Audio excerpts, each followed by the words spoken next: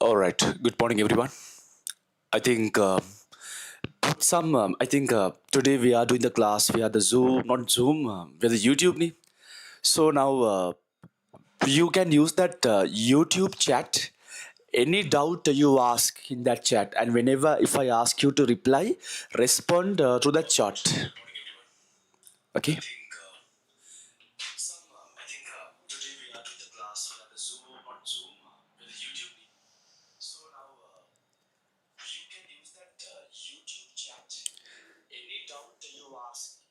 If all clear, if all good, you can see my video, you can clearly, you can hear my audio, then give me a small reply, put some thumbs up in that channel, put some replies, put some replies. Today's story, we are starting a very big lesson, PDF shared. For students who enrolled for the last month, we posted the tute also. Okay, take your tutes, thermal physics, first tute. All right, okay, we'll start. Right, okay. All good, ne? All clear? All okay? All fine, right? All nice, ne? Okay, right. And in case now in Zoom, you can ask doubts, but only for this week, please tolerate. If you have any doubt, what you do, you directly put in the chat. You don't mind about others' responses. You don't mind about what if others look at my message. Don't you think about that, because you are not going to ask anything personal, right? So you are going to ask something if you don't understand. You are asking your doubts. Therefore, feel free to ask your doubts. Then I can respond by looking at the chat. That's total. So okay, ne? Nice story. Nice story. Okay. Now this lesson, unit 4 lesson is very important lesson. Very important lesson. Right. Stay focused. Time is 8:05. Then we are taking the first break at 10:30 something. We will take the first break at 10:30 something. Maybe 10 for 10:30. Right. Idea. Okay.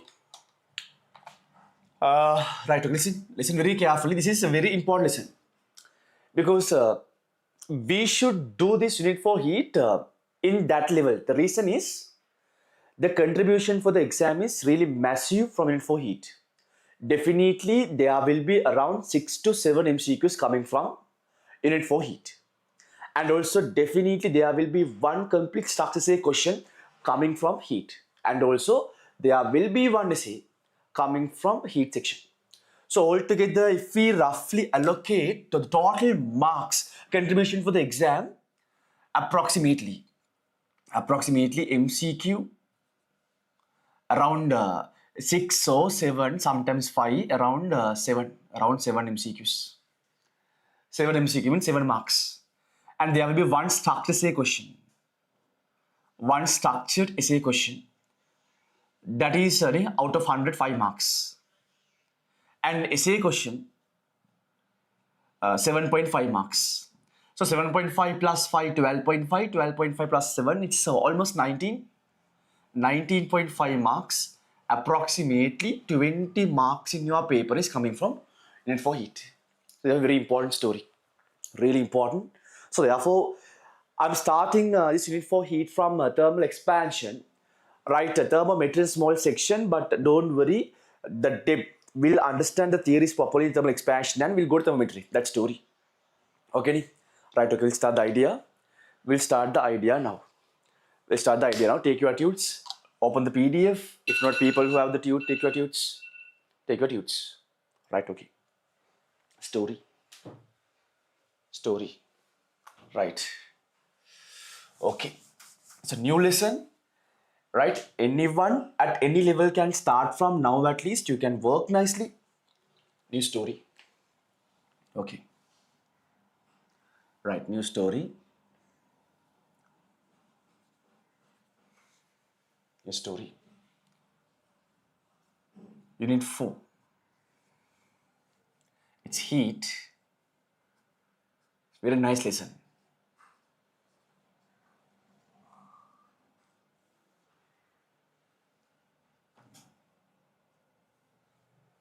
So today we are talking about thermal expansion, specifically today linear expansion of solids. Thermal expansion. Thermal expansion. Thermal expansion. Right. Okay. Right. Okay. Now stay focused.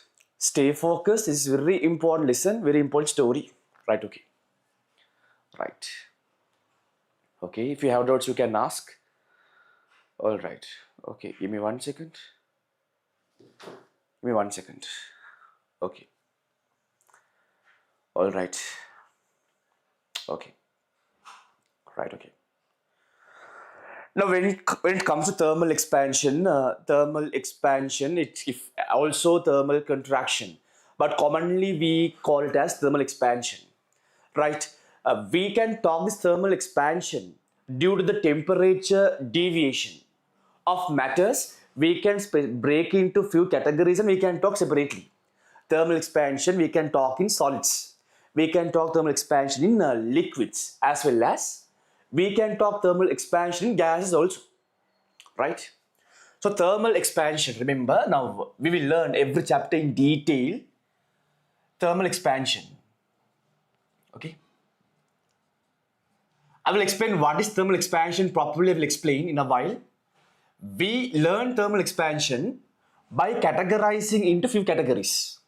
Thermal expansion.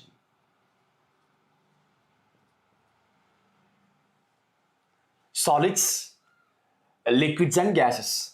Thermal expansion under solids. Right? Solids. Then thermal expansion in liquids. Then thermal expansion occurring in gases. Those are the three states of matter.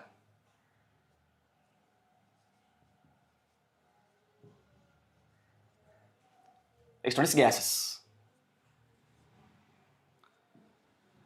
Thermal expansion of gases we discuss under gas laws. Right? Especially this thermal expansion, this chapter, we are talking about expansion of solid and liquid.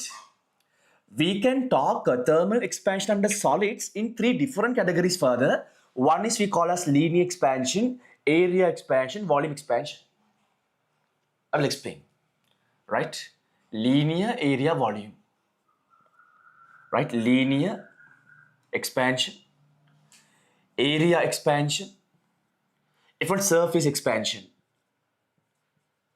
area expansion. The last one is volume expansion. Volume expansion. Linear, area, volume. The story.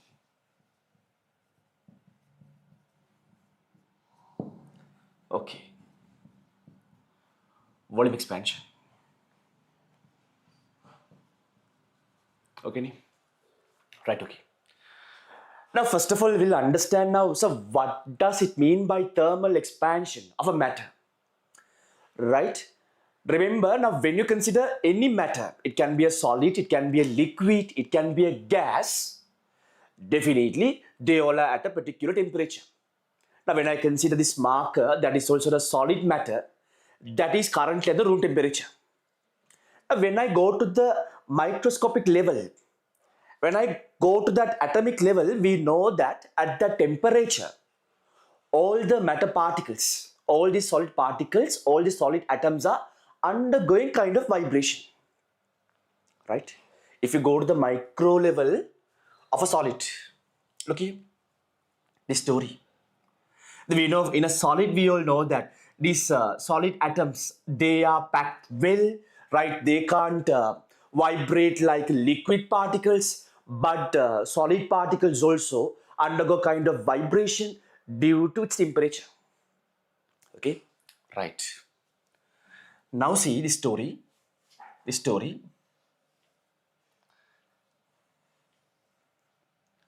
Okay. Now if I draw some solid atoms, right? Some solid atoms, solid particles. Okay, solid particles.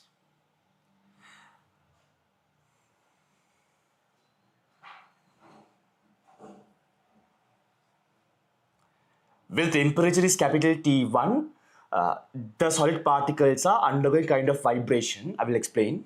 Stay focused and learn properly. Right. Now what happens is now, when the temperature is capital T1, now we all know what is temperature. Okay, temperature measured in Celsius, temperature measured in Kelvin, such story we can remember, right? Now at capital T1 temperature, these medium particles are vibrating, they are undergoing kind of vibration. The vibrational amplitude is not that much. If the temperature is lower, vibrational amplitude is not that much, therefore each medium particle will vibrate a smaller amplitude, a smaller vibration, right? They vibrate small vibrations. Okay. Now what happens when temperature is increased from T1 to T2 for an example? What happens?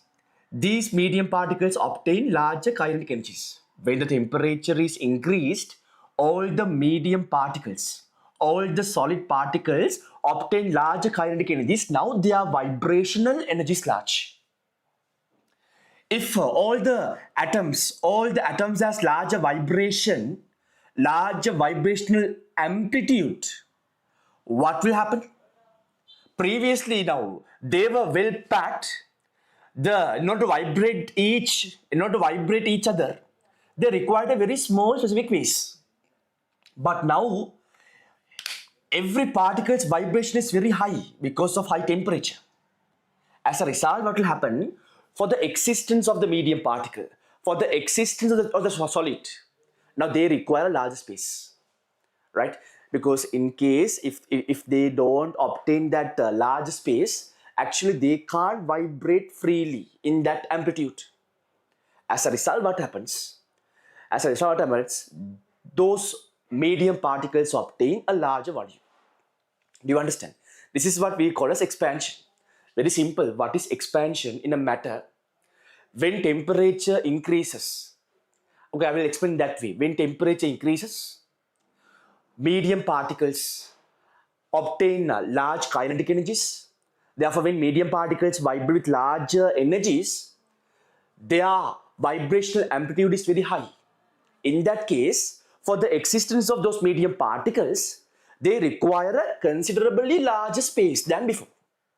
Right? In case before, when the temperature is at T1, if the volume obtained by these 6 medium particles is, for example 1 centimeter cube, now under capital T temperature, for their existence, they require 2 centimeter cube volume. This increase in volume, this change in volume is what we talk under thermal expansion. Right? That's a story. That story is clear, right? That story is clear. Now take your tute and go to that story. Take your tutes. Take your tutes and go to that story. Now I have given that thermal expansion of solids. Take a highlighter. Solids are made of elementary particles, atoms or molecules, arranged in a fixed, closely packed structure. Okay. These particles are not stationary. They continuously vibrate around their mean positions within the lattice structure. Clearly? When a solid is heated, thermal energy is supplied to its particles, increasing their vibrational kinetic energy. As a result, the amplitude of the vibration also increases, causing the particles to require slightly more space to oscillate. Highlight entire sentence. Highlight entire sentence. Highlight. When a solid is heated, thermal energy is supplied to its particles, increasing their vibrational kinetic energy. As a result, the amplitude of the vibration also increases, causing the particles to require slightly more space to oscillate. Now I have given a diagram also: low temperature, medium particle vibration, and high temperature, medium particle vibration. This story is clear. This story is clear. Right. This leads to an increase in average. This leads to an increase in the average separation between particles. Consequently, the overall dimensions of the solid expand. This phenomenon is known as thermal expansion of solids. Okay, that story. That story is clear, right? Okay. So summary is what? What is summary? The summary. because you want to learn everything properly. If not, you can't do questions. A summary is very simple. When the temperature is increasing, what will happen for the vibrational kinetic energy? Vibrational kinetic energy increases. When the vibrational kinetic energy increases in the medium particles, that vibrational amplitude increases. As a result, for the existence of the medium particles, they require a considerably larger space than before. Okay, so therefore we can see that volume of those medium particles will increase. This is what we call as thermal expansion, right? This is what we call as thermal expansion. Now one can talk about the opposite story also. So then when temperature increases, vibrational kinetic energy of the particles will increase, vibrational amplitude will increase, therefore they require a considerably larger space than before. That is we call as thermal expansion. So what if the temperature is decreased than before? In that case also same story. When temperature of a matter reduces, right, its vibrational kinetic energy decreases, then the vibrational amplitude of the particles will reduce. As a result, they require a relatively smaller volume, small space than before for their existence. That is what we call as thermal contraction. But when I am doing this lesson, every time I talk every story theory in terms of expansion. But that is applicable for thermal contraction also. Thermal expansion, volume increases. Thermal contraction, volume decreases. That story okay. Okay, simple story. All good answer. All good, all clear answer. All good, all clear answer.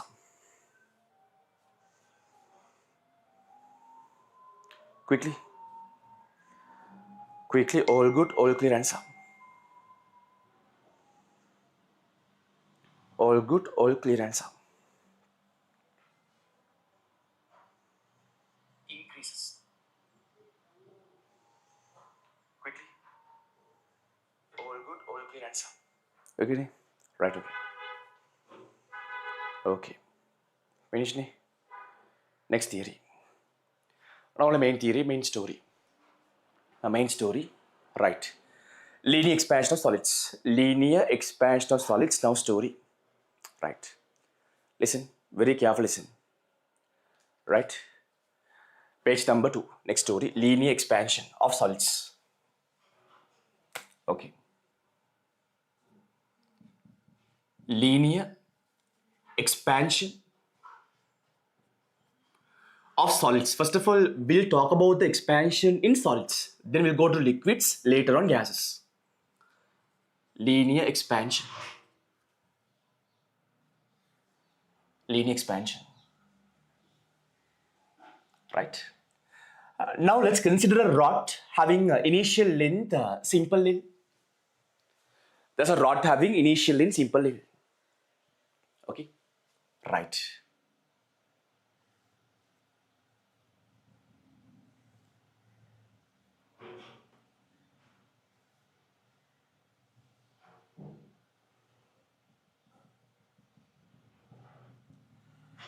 This rod is at a temperature capital T1, if not theta 1.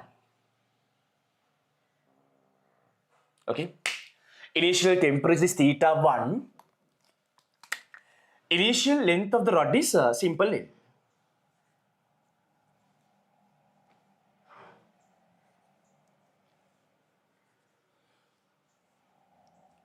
When the temperature increases from theta 1 to theta 2 value, when temperature increases, remember what will happen is this rod undergoes thermal expansion.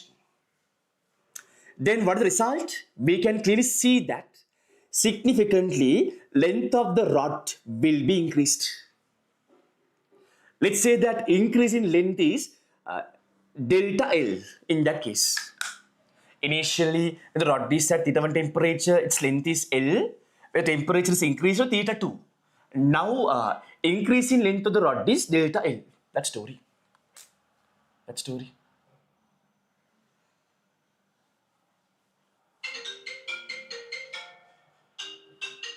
Right. The story.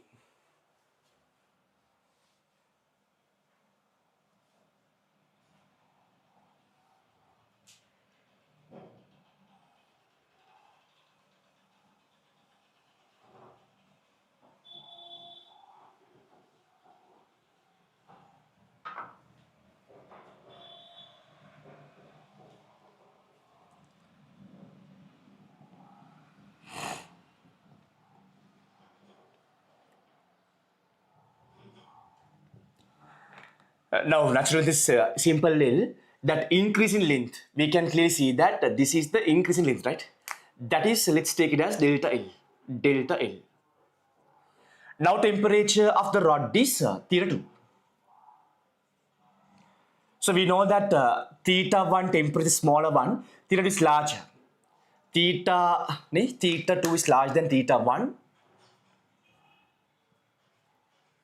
Okay. And also we know that what is the change in temperature? Temperature increased from theta 1 to theta 2. What must be the change in temperature?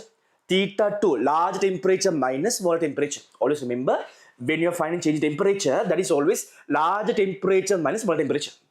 Therefore, change in temperature, delta theta, that is how much? Change in temperature. Change in temperature, delta theta. That is equal to what? Large temperature theta 2 minus smaller temperature theta 1. Okay? Right. Now they explain that when during an expansion, that increase in length delta L, in this scenario, that is the right, this change in length during an expansion, the change in length in this scenario, it's the increase in length. If not, we can call it as expansion. Increase in length is what we call as expansion. This increase in length, expansion, if not the change in length, is directly proportional to the initial length of the rod. Remember, this change in length during expansion, that is directly proportional to the initial length. For an example, larger the initial length of the rod, larger the expansion, larger the increase in length. For an example, when you consider 1 meter long initial length, with the temperature increased by delta theta amount, increase in length is, for an example, 1 centimeter. But if your initial length is 2 meter, with the temperature increased by same amount delta theta, that increase in length, expansion is 2 centimeter, for an example. So larger the initial length, larger the change in length, proportionally 1. Also, they mentioned that this change in length, this expansion, that is directly proportional to the change in temperature, delta theta. Delta theta. Okay. For an example, remember, you have same initial length of a rod. With temperature increased by 5 degrees Celsius, let's say change length is 1 centimeter. But same initial length, if it increases temperature by 10 degrees Celsius, increase in length is, for an example, 2 centimeter. Larger the temperature difference, it will undergo larger expansion, larger increase in length. That is the theory. Then from this proportionality 1 and 2, we can write down, therefore, from proportionality 1 and 2, we can write down change in length is directly proportional to the L into delta theta. We know that to remove this proportionality, we are using constant. That constant going to be delta L equals a constant. That constant is we defined as alpha. This is what we call as coefficient of linear expansion. If not, the short word is linear expansivity. It depends mainly on temperature and the material. That story. Alpha into L into delta theta. Subject delta L, finally we can write down. During an expansion, the change in length equals what? Delta L equals what? Initial length, alpha, the constant, which depends on the material and temperature, linear expansivity, if not we call it as coefficient of linear expansion, into delta theta. Story highlight. Now in the tute,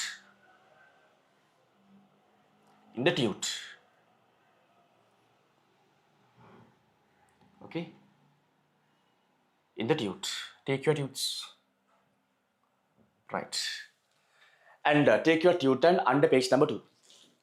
Under page number 2, I have given the diagram. Linear expansion of solids. Here we consider the change in length with temperature. If the temperature of a rod of length simple L is increased by delta theta, comma, the increase in length inside the bracket linear expansion is delta L. Then define theta 1 is defined that I have given theta 1, theta 2, delta theta, simple L, delta L. Theta 1 is write down initial temperature. Theta 1 write down initial temperature. Theta 1 write down initial temperature. Theta 1 write down initial temperature. Theta 2, that is final temperature. Theta 2 final temperature. Theta 2 is final temperature. Okay. Initial temperature of the rod, final temperature of the rod, right like that. Initial temperature of the rod, final temperature of the rod. Delta theta means, remember, write down change in temperature. Change in temperature. Change in temperature.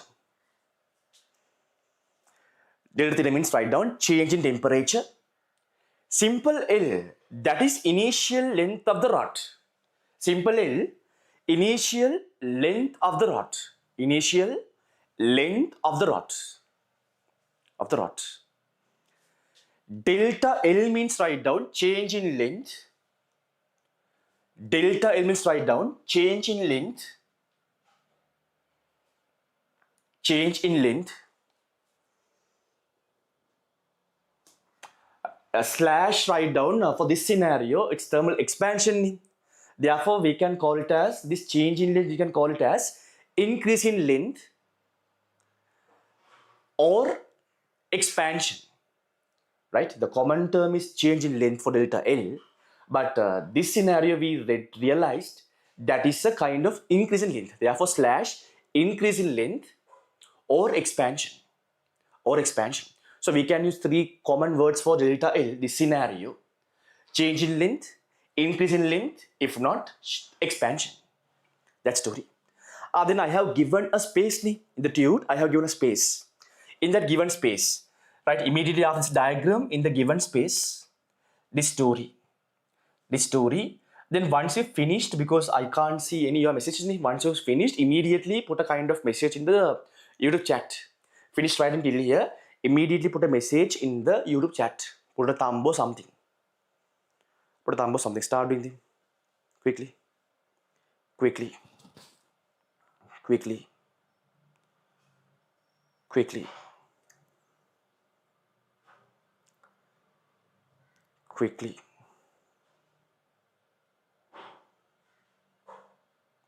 Finished, put a small thumb. That story.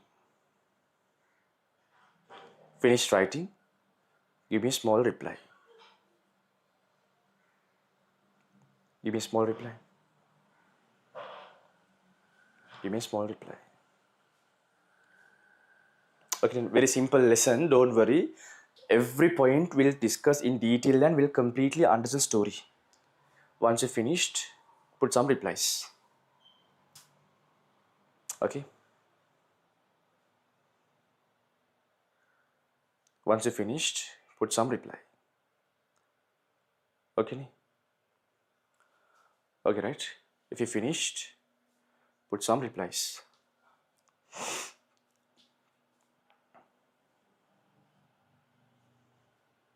Put some reply. Okay.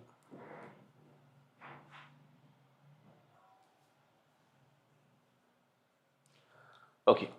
So then idea clear, sir, very simple. Linear expansion means if there's a rod having natural length, initial and simple L, when temperature increases, its length increases. That change in length, increase in length, we can found by delta L equals L alpha delta theta. Alpha means a constant which depends on the medium, which depends on the material and temperature. Okay. This equation is your first standard equation under thermal expansion. Okay. Right. And now in the tube next story. In your tube next story, the tube next story, the next story in the tube. Right.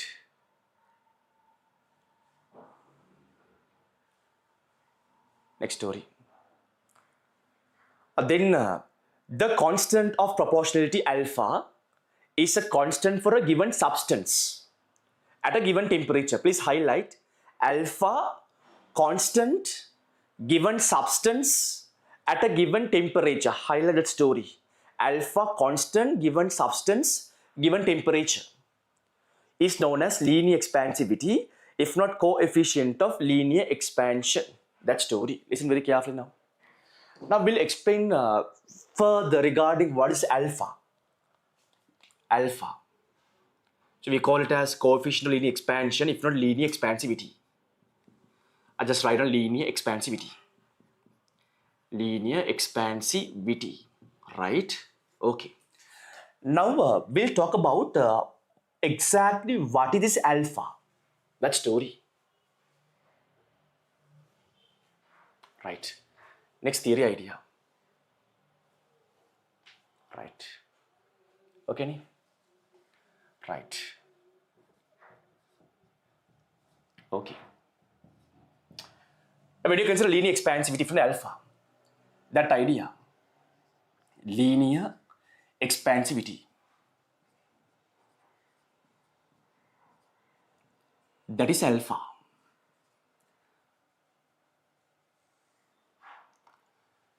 From this equation, delta L equals L alpha delta theta equation, substitute alpha. Change in length equals L alpha delta theta. If I substitute alpha, alpha means what? Alpha means delta L over L into delta theta.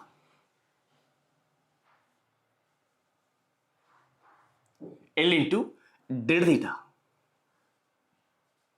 Okay, right. Then I can write down equation for alpha. Alpha means what? Change in length, if not increase in length, delta L.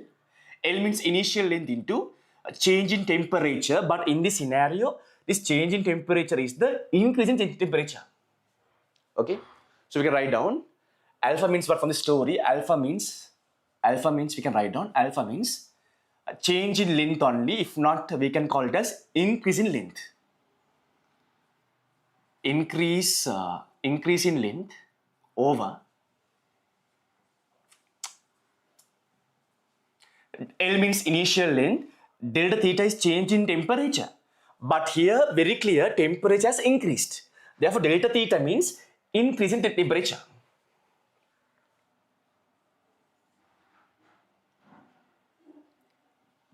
Initial length into increase in temperature. Increase in temperature.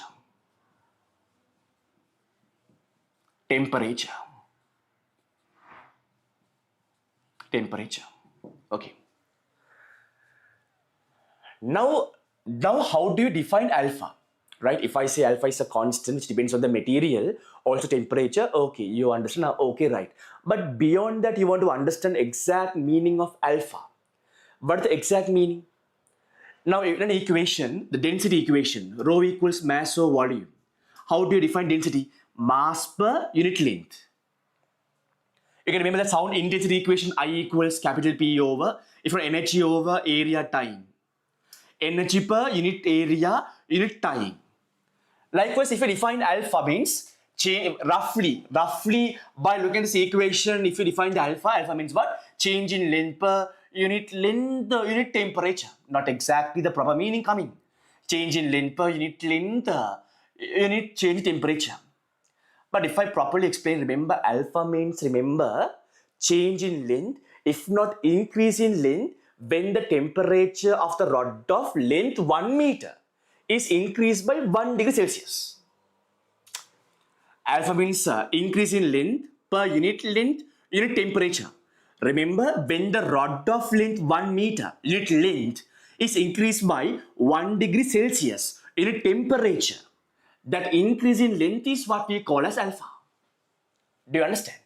Beyond the idea, exactly understand the core, then everything is very easy. Simply if I explain alpha, remember that's a rod. Its length is 1 meter. Unit length. And you increase the temperature of the rod by unit temperature 1 degree Celsius. Okay? As a result, if the temperature increased by 1 degree Celsius,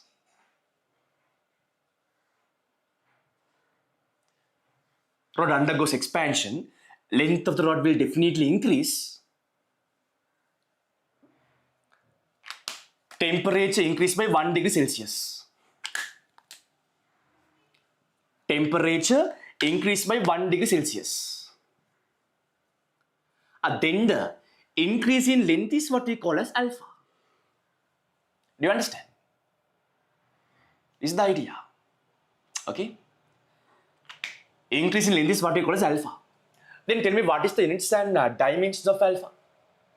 When it comes to the units, delta L, change in length is measured in meters. Length, that is also measured in meters. Then meters and meters cancel out. What is the units that we use to measure the temperature? All levels you learned that Celsius, if not Kelvins. Then what is the units of linear expansivity? Alpha, coefficient linear expansion. Right? If you check the units, alpha. Change in length is measured in meters. Over initial length is also measured in meters. Change in temperature measured in Celsius or Kelvins. Up to you. Celsius or Kelvins is up to you. Let's put it as Celsius. Celsius. Other capital M cancel out. When the Celsius go to the numerator, per Celsius. Remember, units of alpha going to be per Celsius. Units of alpha. That is going to be per Celsius. If you measure the temperature in Kelvins, per Kelvin. There are 2 units. Per Fahrenheit, it's up to you. Per Celsius, if not per Kelvin, capital K, per Kelvin, per Fahrenheit. Very rarely only we use Fahrenheit stories. Okay, right. Next idea. Remember, this alpha depends on 2 main factors. Any object's linear expansion depends on 2 main subjects, 2 main properties. One is, remember, the material. Different material, different. Can be copper rod, it can be aluminium, it can be wood rod, plastic rod. Depends on the material, substance, linear expansivity varies, no doubt. Material, different substance. The next one is, remember, temperature. Substance. Next one is temperature. Temperature. But remember this story, temperature. Now, that means, are you coming to explain now? Okay, very clear, alpha, that constant depends on the substance. Okay, I understood. Different substance will have different alpha values. So what about the temperature? That means, are you coming to explain? Let's say there's a rod. Its temperature is gradually increased from 20 degrees Celsius to 50 degrees Celsius, 20, 21, 22, 23, 24, 30, 35, 50. Temperature of the rod is gradually increased from 20 to 50. So in that case, if the alpha depends on temperature, does this alpha value is gradually increasing or decreasing throughout the temperature period? Actually, there is a slight change in alpha during the temperature. Different temperatures will have different alpha values. But when we are doing the calculation in our studies in A levels, throughout the temperature difference that rod undergoes expansion, we assume this alpha is constant. If not, we are defining an average alpha value during the temperature difference period. Do you understand? Alpha is going to change actually. Actually, when you are increasing the temperature, remember, this alpha value is also keep on increasing. But what we do, we obtain an average value in the period of temperature change. So one can tell that alpha does not change and one can do the question. If not, the best way is basically during the period that range of temperature increase or decrease, we define kind of average value for alpha. That is the best way, right? In the period of during the range of temperature increase or decrease, we are defining kind of average value for alpha. Average value for alpha. That's story. I think till now everything is very clear. Very clearly, alpha story. Alpha means very simple, sir. Linear expansivity, coefficient linear expansivity means, sir, if there is 1 meter length, if I increase the temperature by 1 degree Celsius, increase in length is what we call as alpha, sir. Very simple story. Units per Celsius per Kelvin. It depends on 2 factors, substance and temperature. Substance story, okay. Temperature story, you want to understand in our calculations, we assume we obtain a kind of average value for the alpha and we do the calculation. This is the overall story about linear expansion. Right? Linear expansion overall story. That is nice. Now story. And now write down. Linear expansion of coefficient of linear expansion alpha. Under the topic, what you do, right? This story, this story, this story, this one, and this idea. Finished writing, put a small thumb or reply. Finished, put a small thumb or reply. Right, keep on doing. Keep on doing. Keep on doing. Keep on doing. Keep on doing.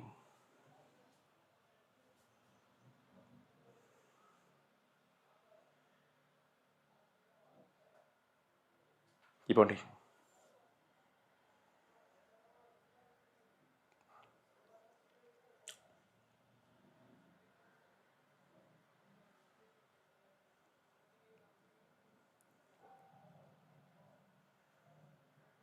Keep on doing.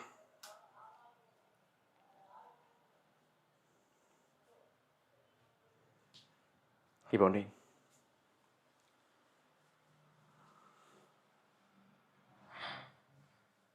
Keep on doing.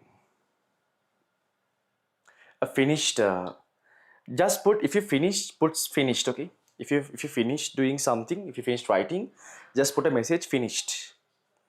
Put a message finished. And also better if you can include the time that you finish. For example, 8:45, finished 8:45. Then I can see. Okay? Finished, put a small reply.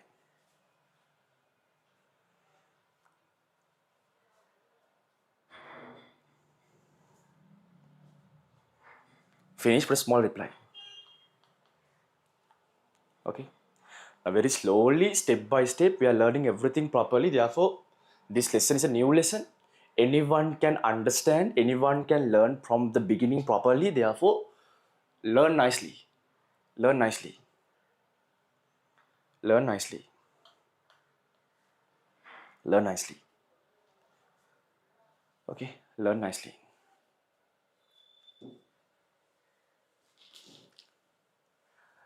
Right.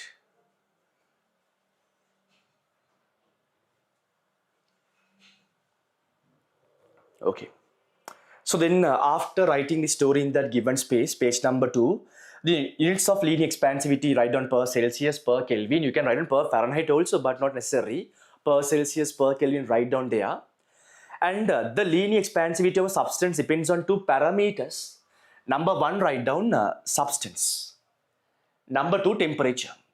Number 1, substance. Number 2, temperature. I have given important point, a double star point, remember, write down. I have given the average value for linear expansivity that can be used for a given temperature range is called the mean linear expansivity. We have defined a mean linear expansivity. Why? During that temperature range, linear expansivity is going to vary gradually. Therefore, we are defining an average linear expansivity. That story, highlight entire sentence. Page number 3, highlight entire first sentence, highlight entire sentence. Highlight entire sentence. Highlight. Highlight. The next point, write down next story. Next story, now remember, normally, generally, this linear expansivity value is in the range of 10 to the power minus 5. Sometimes 10 to the power minus 6. Okay. So whenever in your calculations, whenever you see square row power terms, whenever you see alpha square, if not alpha cube, okay, sometimes linear expansivity of one material into the linear expansivity of another material, alpha 1 into alpha 2. Remember, they can be approximately equal to 0. Why? Already alpha means, remember, 1 or 2 into 10 to the power minus 5, 10 to the power minus 6, very small value. When you consider the alpha squared, alpha cube powers, we can neglect, we can approximate to 0. We can approximate to 0. Okay, this story. Write down there in the given space. The second point, write down. The linear expansivity of substance is very small value. The linear expansivity of a substance is very small value. The linear expansivity of a substance is very small value. Full stop.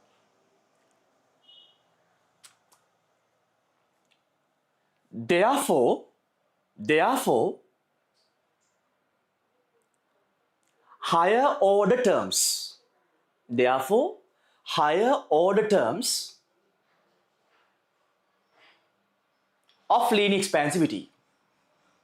Higher order terms of linear expansivity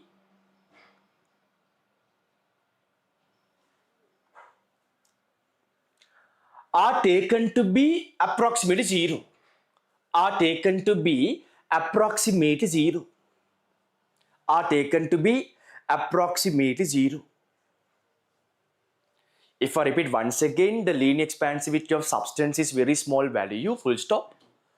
Therefore, higher order terms of linear expansivity are taken to be approximately zero. That story. That story, okay? That story. Clear? Right.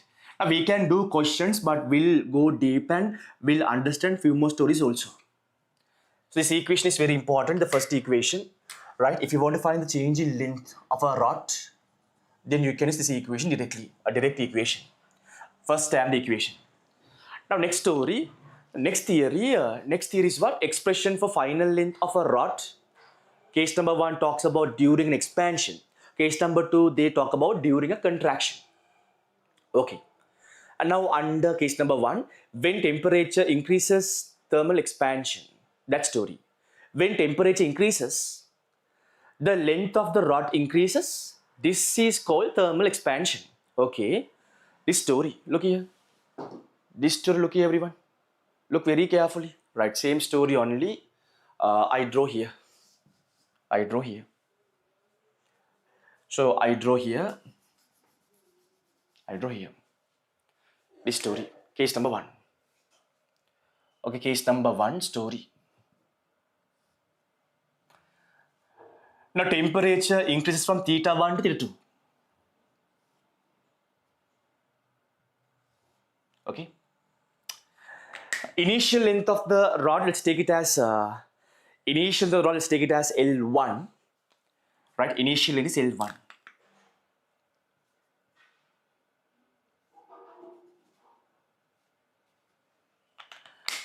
Initial temperature theta 1.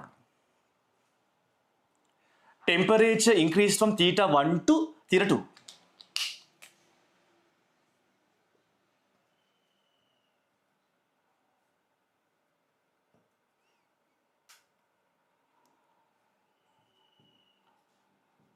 Temperature increased by delta theta amount. Now temperature going to be, okay. Now temperature going to be how much? Now temperature going to be how much? That is how much? Theta 2. Okay. Now length of the rod is, I put it as L2. Initial length is L1. Current length, if not final length, is L2.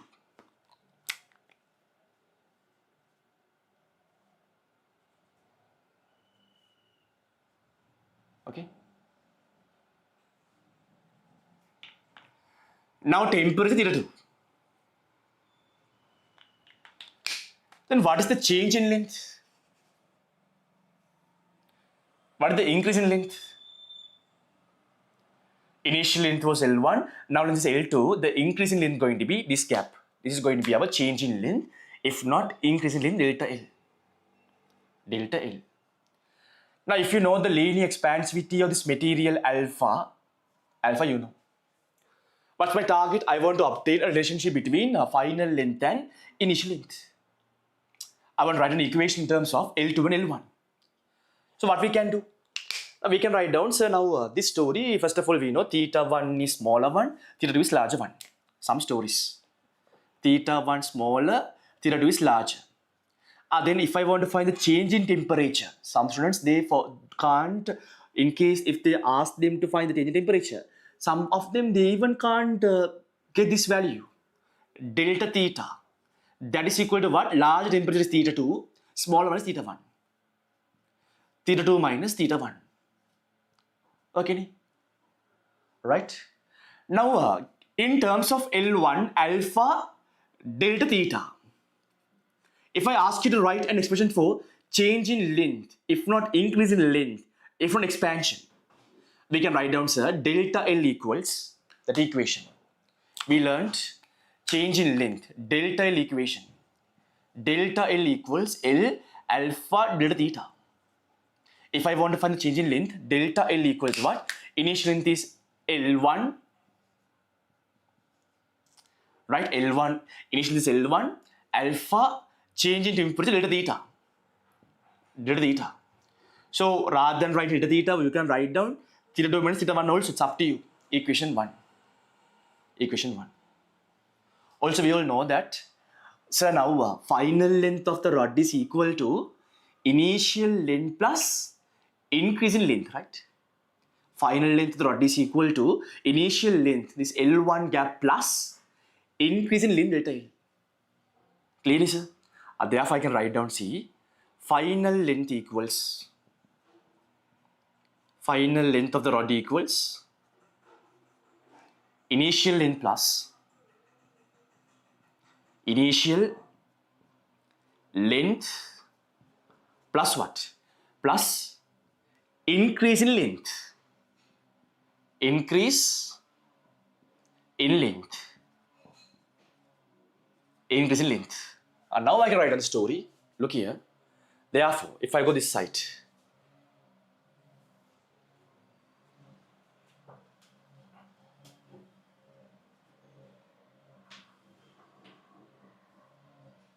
right? Therefore, I can write down what?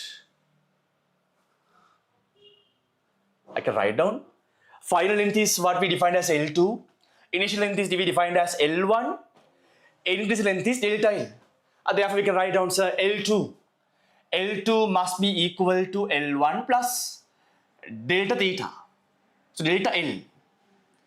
Delta L means from equation 1, that is L1 alpha delta theta. Therefore, from equation 1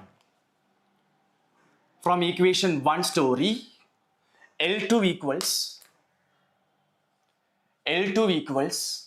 L1 plus delta L.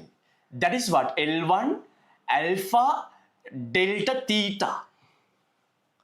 Finally, we can write down, if I take L1 as the common factor out, now there are two terms, L1 alpha delta theta. If I take L1 as my common factor out, final story, L2 equals L1 inside the bracket 1 plus alpha delta theta. Do you understand? Right, the second standard equation. Directly you can apply this equation in your calculations. This story is important, very important equation. Highlight. Okay, very important story. That story. Right. Okay, this theory. This theory. This theory. So in the given space, write down. In the given space, write down in the given space. Right?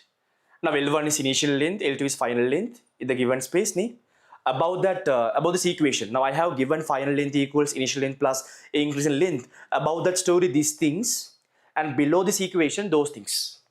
Quickly write down. Write quickly. Then case number 2. Case number 2.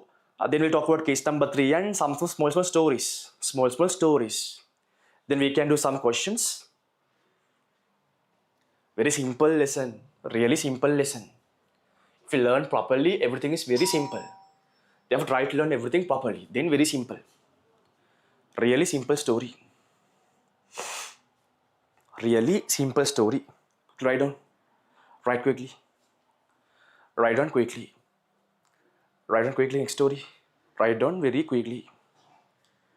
Okay. Likewise, case number 2, when the temperature decreases, that means that is thermal contraction. When the temperature decreases, the length of the rod decreases. Okay.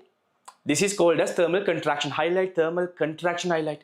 In case number 1, thermal expansion highlight. Case number 2, thermal contraction highlight. Same story. Same story. Case number 2, thermal contraction. Okay, look here. Case number 2. I take time and in detail I want to explain everything. Right? Next one is case number 2, thermal contraction. Case number 2, thermal contraction. Thermal contraction. Basically, length of the rod decreases when the temperature reduces. That's the theory. Thermal contraction. Right? Okay. Okay. Now we'll consider length. Simple L1. Initial length of the rod. This story. Length is L1. Okay. Now its length reduces to L2.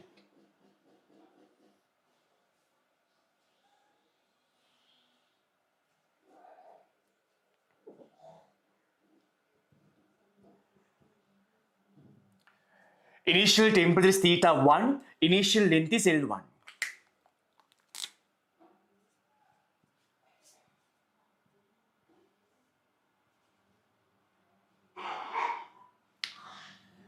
Temperature reduced. That means initial temperature, for an example, 5 degrees Celsius. Now temperature is 2 degrees Celsius, for an example.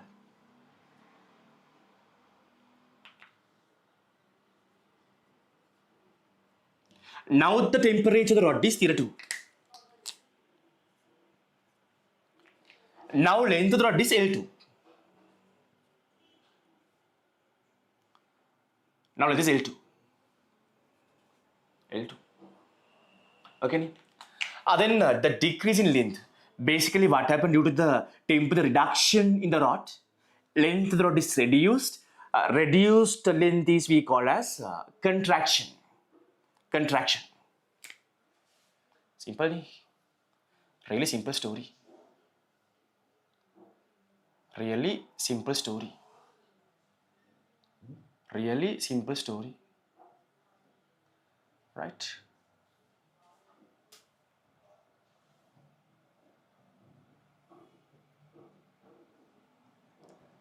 So this gap is we call as change in length, if not reduce in length. This gap, delta L. Delta L. Then again same story. Again now see, now temperature decrease. Therefore theta 1 must be larger than theta 2. Previously theta 1 is smaller than theta 2. Now temperature decreased. Theta 1 should be larger. Theta 2 must be smaller. Therefore now theta 1 is larger. Theta 2 is smaller. If you want to find the change in temperature, always high temperature minus low temperature. Delta theta means, remember, high temperature, that is theta 1. Low temperature minus theta 2. Don't forget this story. This story. And next idea is, we know that if I want to obtain the change in length due to temperature reduction, delta L, you get the same equation. Delta L equals L alpha delta theta. Right? Therefore, change in length, decrease in length, right? Decrease in length, if not change in length, that is equal to what? That is equal to delta L. Right, you can use this equation, delta L equals L alpha delta theta equation.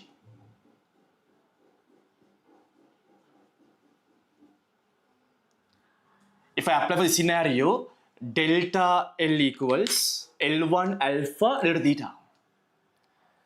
Delta L equals L1 alpha delta theta.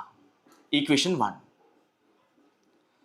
What is the relationship between final length and initial length? We all know that final length equals, final length L2 equals initial length minus delta LD. Am I correct? Final length, this gap is equal to this gap minus this gap. Therefore, you can write down the equation.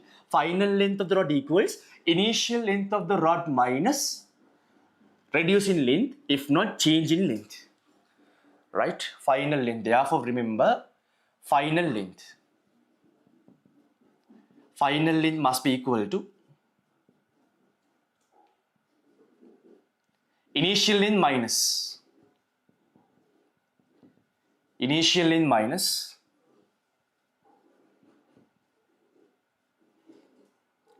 decrease in length. Decrease in length. Decrease in length. That means we know that L2 final length must be equal to L1 minus delta L. From equation 1 we can write down L2 equals to L1 minus delta L from equation 1. Delta L means what? L1 alpha delta theta. L1 alpha delta theta. Finally you can write down next equation. Next equation you can write down. Therefore remember next story. During a contraction, final length L2 must be equal to initial length L1 1 minus alpha delta theta. 1 minus story. 1 minus story. Very simple. Really simple. Therefore, learn everything properly. Really simple. Learn things properly. Highlight. This is the overall core in linear expansion. This is the core. The theory. Okay. Write down like that in the given space. These stories. Write down in the given space. Case number 1, case number 2, thermal expansion over idea. Quickly write down once you finished. Put a small reply. If you finish, put a small reply. Once you finished, put a small reply. Once you finished, put a small reply. Put a small reply.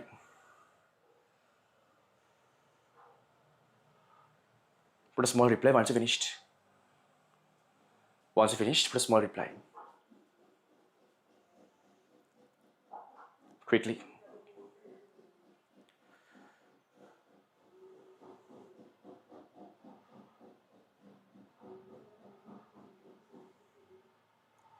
Finished, put a small reply.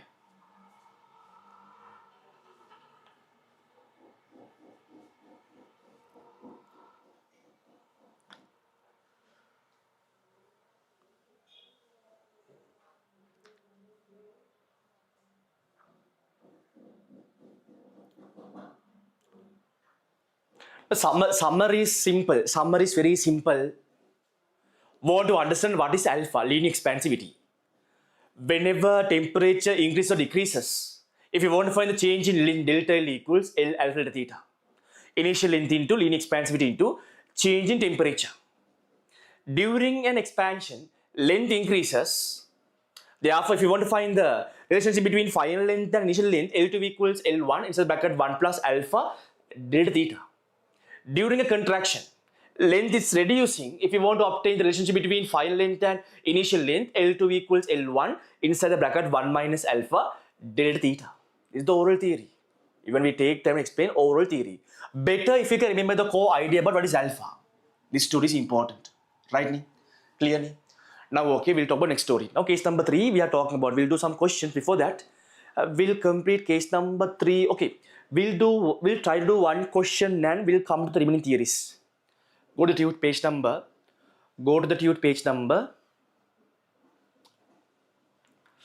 Page number.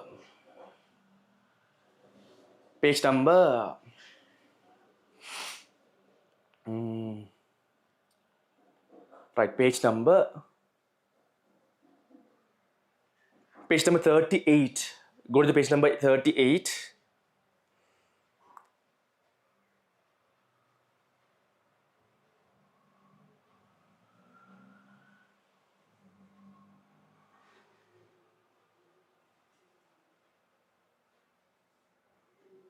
Okay.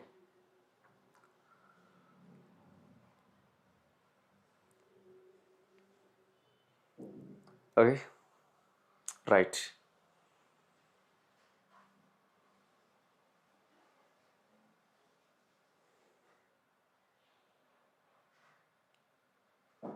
Okay. Questions are really difficult. Questions are only there in the tute. Now any easy questions. Okay.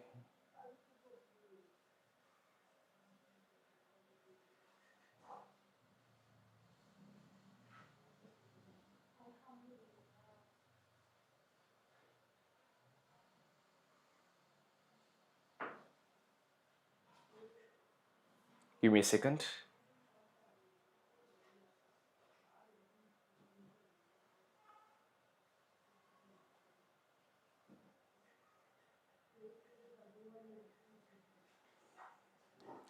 Question number 10, give a try. Question number 10 is kind of difficult question only. But question number 10, give a small try. Starting question number 10, at least simple A part. Starting question, page number 38. Question number 10, try simple A part. Try simple A part. Give a try. Give a try.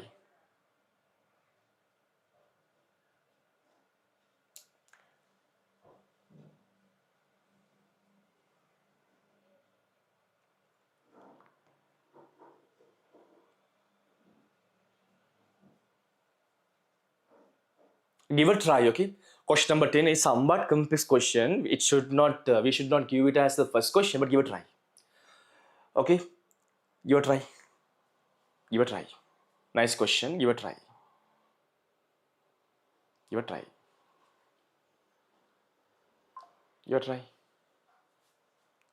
Give a try now. Soon. Soon give a try. Give a try now. Soon give a try. Question number 10, give a try. Right? Give a try. Okay, it's a difficult question, but it's okay. But we can learn something from the question and we are going to next theories. Once completely we have finished the theories, we are going back to the cute questions. Okay? Give a try.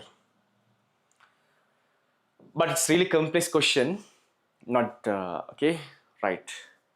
Okay. Now 10 says that two rods of 20 centimeter each. And now there are two rods. Initial length of each rod is how much? 20 centimeter. Initial length is 20 centimeter. Made of two different materials. Right. There are two rods having same initial length, but they are made with two different materials. When the material is different, we know that linear expansivity values are different for both of them.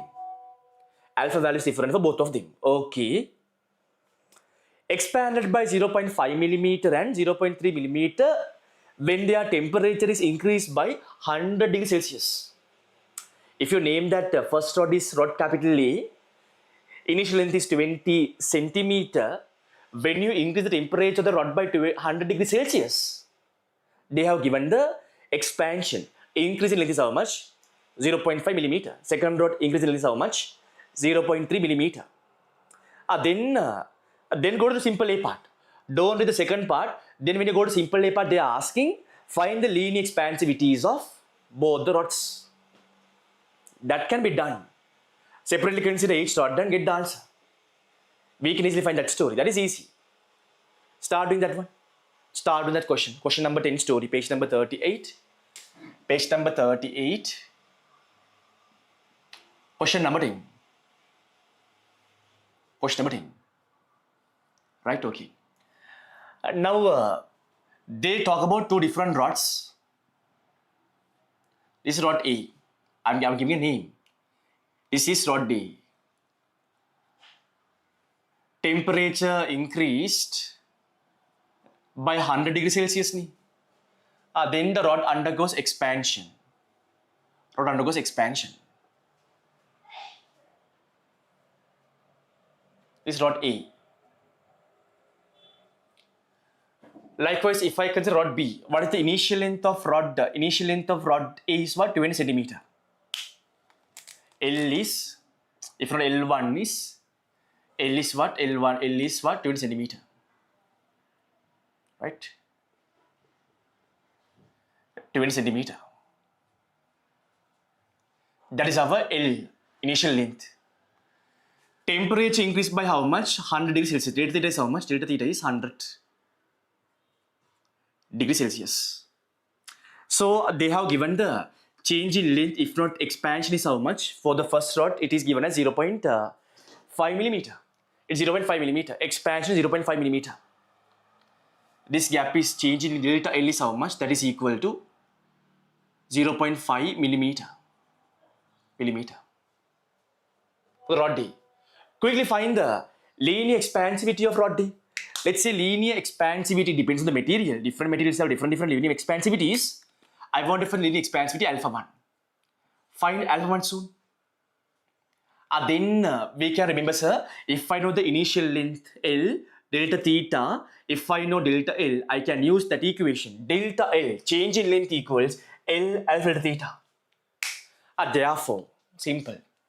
Delta L equation, change in length equals initial length linear expansivity into change in temperature. So now change in length for this rod is 0.5 millimeter. My advice is you should convert 20 centimeter into millimeters, or convert both of them to meters. As a practice, we commonly convert into meters. Therefore, I am converting 0.5 millimeter meters. Then 0.5 millimeter. 0.5 millimeter, how do you convert to meters? Multiply by 10 to the power minus 3. When you multiply by 10 to the power minus 3, it's meters. Must be equal to initial length is how much? That is 20 centimeter. Convert centimeters into meters. How do we convert centimeter to meters? Multiply by 10 to the power minus 2. Multiply by 10 to the power minus 2. Into, I want to find the linear expansivity of the material alpha 1. I want to find alpha 1. I want to find alpha 1. I want to find change in temperature. Increase in temperature is how much? That is 100. That is 100. Simple. Substitution. Then find alpha 1. When you find alpha 1, see the story. 10 to the power minus 2, this 100 cancel out. Okay, ni? Right, ni? Okay, ni? Simple, ni? When you substitute alpha 1 is going to be how much? Alpha 1 is going to be how much? Alpha 1 equals, okay? Alpha 1 is equal how much? 0.5 into 10 to the power minus 3 over 20. Over 20. Right? Now simplification. There are different ways to simplify the story. But what I would do now, you can simplify in different ways. But I thought of multiplying numerator and denominator by 100. If I multiply numerator and denominator by 100, see, it's very easy. If I multiply up and down by 100. Then 100 over 20. It's fine. It's 1. It's 5. Then 5 into 0.5 is how much? 2.5. Then I can write down 5 into 0.5 is 2.5. Alpha 1 is how much? 2.5 into 10 to the power minus 3 over 100. This 100 goes to the numerator, that is 10 to the power minus 2. Then 10 to the power minus 3 into 10 to the power minus 2 means altogether 10 to the power minus 5 per Celsius. If not per Kelvin. Alpha 1. Alpha 1 is per Celsius or per Kelvin. You can use any unit, even though per Celsius or per Kelvin. Remember, answer won't vary. Alpha 1. Likewise, find alpha 2. Likewise, when you find alpha 2, right, same story. Just consider second rod as rod number 2. Take your second rod as rod number 2 and find alpha 2. It's not easy, right? This is not difficult, right? Now this rod is rod B. Initial length is same as 20 centimeter. Right? Length of the rod increases when the temperature increases by 100 degrees Celsius. Okay? 20 centimeter.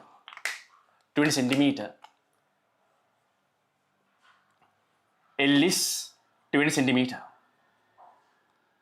Then delta L is how much? That is 0.3 millimeter. They have given 0.3 millimeter. 0.3 millimeter. Increase in temperature. Delta theta is how much? That is 100 degrees Celsius. That is 100 degrees Celsius. Okay? Right. Then they are asking the linear expansivity of the second rod. I take it as rod capital B. If I name it as rod capital B, I want it for the linear expansivity. Let's say the linear expansivity of the rod B is alpha 2. My target is finding alpha 2. My target is finding alpha 2. That's my target. That's my target. Since I know the initial length, the change in length, and the temperature, the best equation to apply is delta L equals L alpha delta theta. Very simple story. Delta L equals L alpha delta theta. Then substitute alpha 2. Alpha 2. If I substitute alpha 2, very easy. Delta L over L delta theta. You can substitute also like this. If not, you can subcheck the variable we found, and after that you can substitute your values. Alpha 2 equals how much? Delta L over L delta theta. Delta L is how much? Delta L. That is 0.3 millimeter. How do you convert 0.3 millimeter into meters? Multiply by 10 to the minus 3. What is the L? Initial length. Initial length L is how much? 20 centimeter. 20 centimeter. Get the answer, get the answer. Keep on to the next part also. Keep on to the next part also. Keep on to the next part also. 20 centimeter, 100 degrees Celsius. Right. 0.3 story. Get the answer. 0.3 millimeter. If I convert to meters, multiply by 10 to the minus 3. Initial length is how much? 20 centimeter. 20 centimeter. How do you convert centimeters into meters? Multiply by 10 to the minus 2 into delta theta. That is how much? That is 100. Basic substitution. Substitution. Substitution. Right? The biggest problem is dividing 0.3 by 20. You can tell that it is 0.3 over 2 means 0.15. 0.05, 0.015, you can write like that. But if not, there are different ways. One can divide 0.3 over 20 means 0.3 over 2 is how much? 0.15. Then 20 means how much? 0.015. Likewise, we can do the story. But what I do, the best way is, if you multiply up and down by 100, for an example, if you multiply the numerator and denominator by 100, then I can easily divide this 20. 20, if you divide by 20, it's 1. 100, if you divide by 20, it's 5. Then 5 into 0.3 is how much? 5 into 0.3 is how much? 1.5. 1.5 alpha 2. Alpha 2 is 1.5. 1.5 into, now powers, 10 to the powers. 10 to the power minus 2, right? So 10 to the power minus 3. This 100 and this minus 2 cancel out. Then 10 to the power minus 3 in the numerator. 100 means 10 to the power 2 at the denominator. This goes to the numerator. 10 to the power minus 5 per Celsius per Kelvin. Alpha 2. Alpha 1 is 2.5 into 10 to the power minus 5. Alpha 2 is what? 1.5 into 10 to the power minus 5 per Celsius or per Kelvin. This story is very simple. Really simple. Learn properly. Heat is now only the mechanics is the problem. But if you properly learn, mechanics also not that much complex. But hereafter, you need the oscillation, waves, heat. The heat is the third biggest lesson. Heat is your third biggest lesson in your syllabus. Then remaining are very basic lessons, very small lessons. Unit 2 is the longest one. Unit 3 is the second longest one. Unit 4th one is longer one. This story. Right, this idea clear, but not finish the question. We have another story to discuss. The next story is somewhat difficult. I know that many of you obtain these answers. Right, now try to do the next part. Try to obtain the next part, next story. Next to start doing. Start the next part. Next part, start doing. Start doing. Genuinely answer the stories crystal clear answer. Can't answer up. Stories can hands up. Are there any option like that in Zoom, YouTube? Are there any option like that in the YouTube? Just tell me, guys. You guys know any option like that? Any option like that? Raising your hands? No, ni. Any options? I think no, ni. I think no. I think we have to go with thumbs, ni. We may have to go with thumbs. We may have to go with thumbs, right? Right. Everything is crystal clear. Put some thumbs. Everything is crystal clear. Put some thumbs. Put some thumbs quickly, quickly. Everyone put, okay, everyone put. Put some thumbs.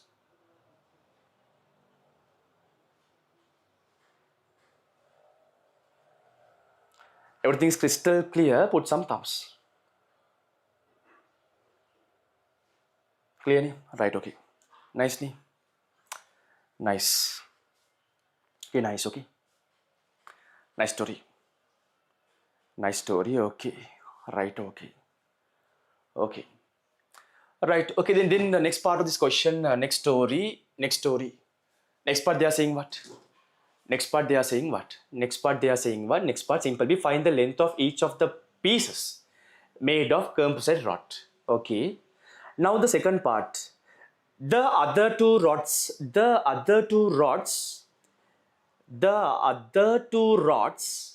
made of these two metals, right?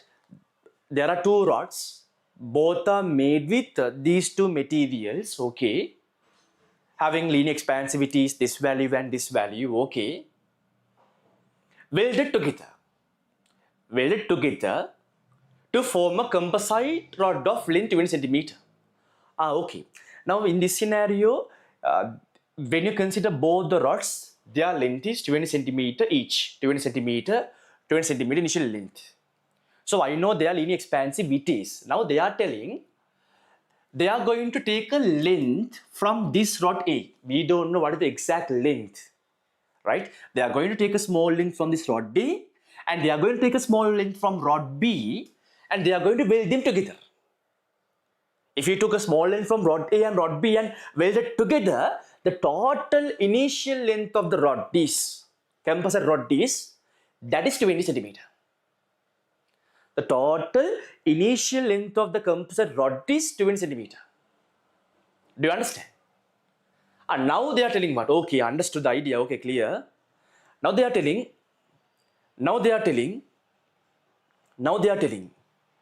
right? Now they are saying, what? Now they are saying what? Now they are saying that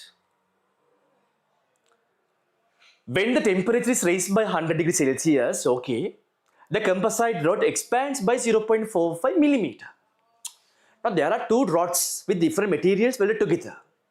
When you increase the temperature of the composite rod by 100 degrees Celsius, the total expansion, because that rod A as well as rod B both undergoes expansion, the total expansion is given as how much? 0.45 millimeter.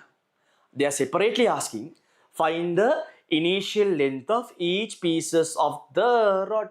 Okay, that story, if I explain like this, if I explain the story like this, look here. If I explain the story like this, look here.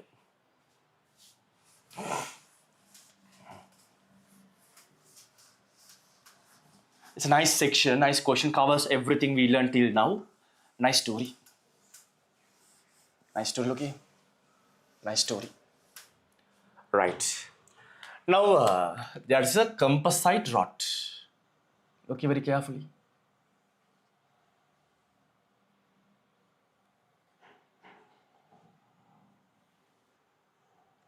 This question gives an overall idea about the story. Okay. Right. One rod is made in rod A. I mark in blue color. It's blue color. Second rod is rod B. I mark that story in black color, red color. I can use red also. I can use red color also, red color story. Red color one. Okay. I don't know exact length of each rod. I don't know, but I know the total length. The total initial length, I know that.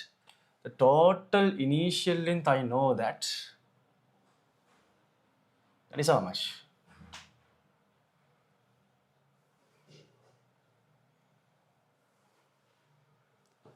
That is how much? 20 centimeter. The total initial length is how much? 20 centimeter. Now, best thing is better to convert into meters. 20 centimeter. If you convert to meters, how much? 0.2 meters. The 0.2 means total initial length is 0.2 meters. 0.2 meter total initial length. Okay. Right. Clear. Ideas clear so far. Then actually in the question they are asking what is the length of rod A and rod B. Length of rod A and rod B. Rod A and rod B. Okay. Let's say initial length of the rod A. Initial length of the rod A is, you can take it as simple A something. If not simple X something, it's up to you. Initial length of the rod A is simple X something. If not, you can tell L1 something, L2 something, it's up to you, but I take the simple X. Then what is the initial length of rod B? Rod B initial length. What is the initial length of rod B? Total length is 0.2 meter. If I take initial length of the rod A simple X, the length of rod B must be 0.2 minus simple X. 0.2 minus simple X. Right? 0.2 minus simple X. 0.2 minus simple X. Simple. My target is finding X. If I know the X, I can find the answer. Right? If I know the X, I can find the answer. Right. Okay. Okay. Right. Okay. Now, when the temperature increased by 100 degrees Celsius, what will happen? The temperature increased by 100 degrees Celsius. Delta theta is increasing by 100 degrees Celsius. We know rod A as well as rod B both undergoes expansion. Rod A as well as rod B both undergoes expansion. That is clear. That is clear. That story is clear. Now, if I draw the now final length of the rod, that story.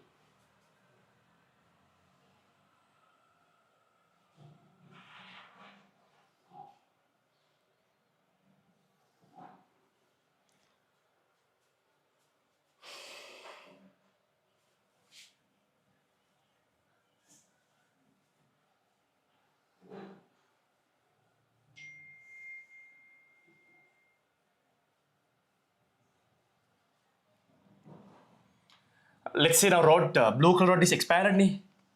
For an example, now length of the blue color rod is, right? This is the length of the blue color rod now. What is gap? Now initial length is simple X. We can see that length of the rod A is increased. This is going to be the expansion of rod A, blue color rod. Then the rod B would be like this thing. Blue red color rod. Some stories. Okay. Simple story. Red color one.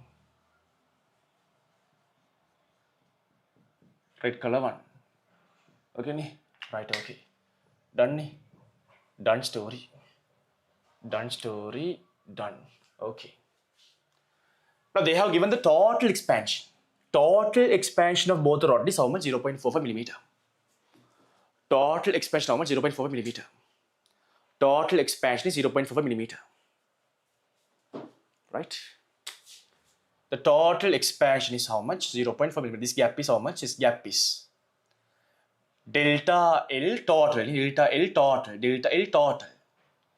That is how much? 0.45 millimeter. 0.45 millimeter. Okay. Idea clear. So actually what we want to find, I want to find simple X. Look here.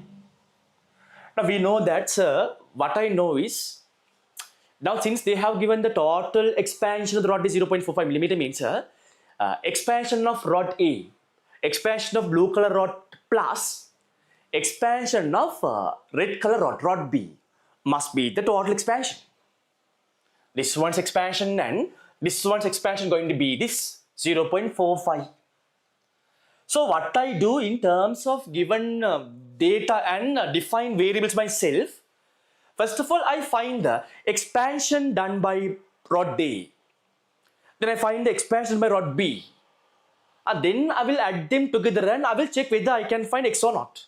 That's my target. If you have done, it's okay. If not, listen very carefully. First question, You can cover every idea, every concept behind this theory. You can cover from the story. Somewhat difficult question only, but it's okay. It's okay. Right? Ni? It's okay story. Should do this type of questions only. Now I was correcting your papers. That essay papers ni many wrong answers. Okay. I have given some of your marks. I have given yesterday night. Some of your marks I will give today also. Right? Essay paper matters ni. Okay. Right. See upcoming days. Upcoming days. See the papers. Right. Okay. Then if I consider rod A, expansion of rod A, apply the equation delta L, expansion of rod A, right? Delta L equals L alpha delta theta equation. Delta L equals L alpha delta theta equation, expansion of rod A, that is delta L, you can take it as delta LA, that is equal to initial length of rod A. Initial length of rod A is, I don't know, it's simple X only. Simple X only. Simple X, okay. Linear expansivity of rod A is, I found. Linear expansivity of rod A, I found that alpha 1, that is 2.5 into 10 to the power minus 5. That is 2.5 into 10 to the power minus 5. Change in temperature also, I found that, I know that's 100 degrees Celsius.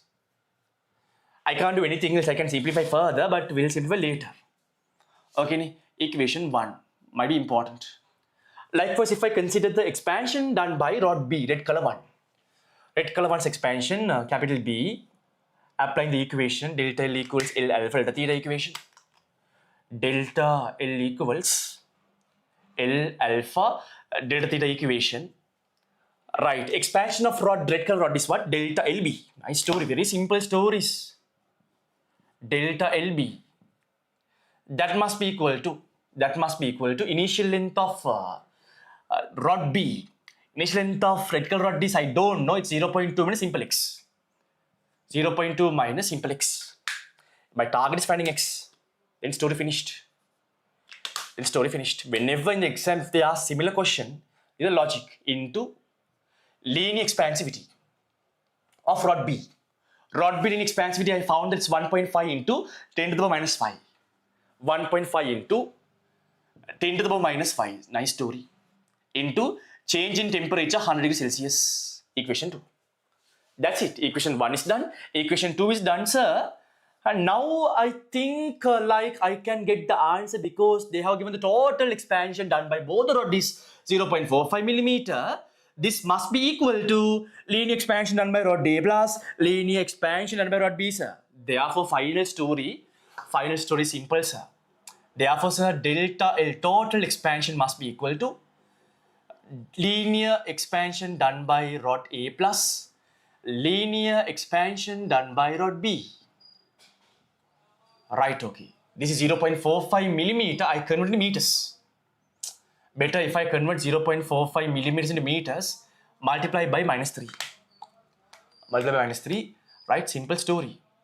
I am following all steps. But when you are doing, you can remove some steps. Now you don't want to, now if you are doing the right ways, okay, I will do this and I will tell you. Okay, delta L is what? X 2.5 X into 2.5 into 10 to the power minus 5 into 100. Okay, then plus delta B is how much? Delta L B is how much? 0.2 minus X, 0.2 minus simple X, 0.2 minus simple X into 10 to the power minus 5 into 100. 100. Okay, right. Now see, now there are three terms. Term number 1, term number 2, term number 3. There are three terms.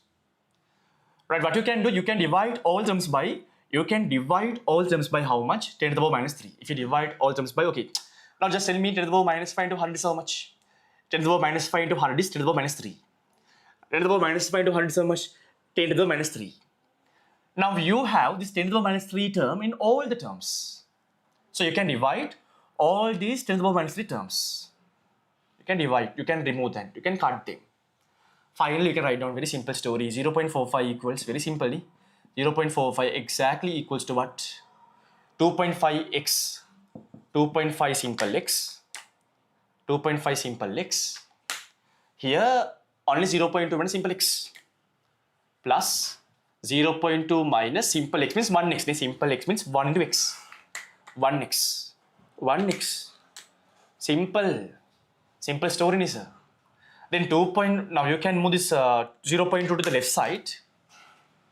2.5x minus 1x is how much? 2.5x minus 1 is how much? It's 1.5x. Okay, very simple.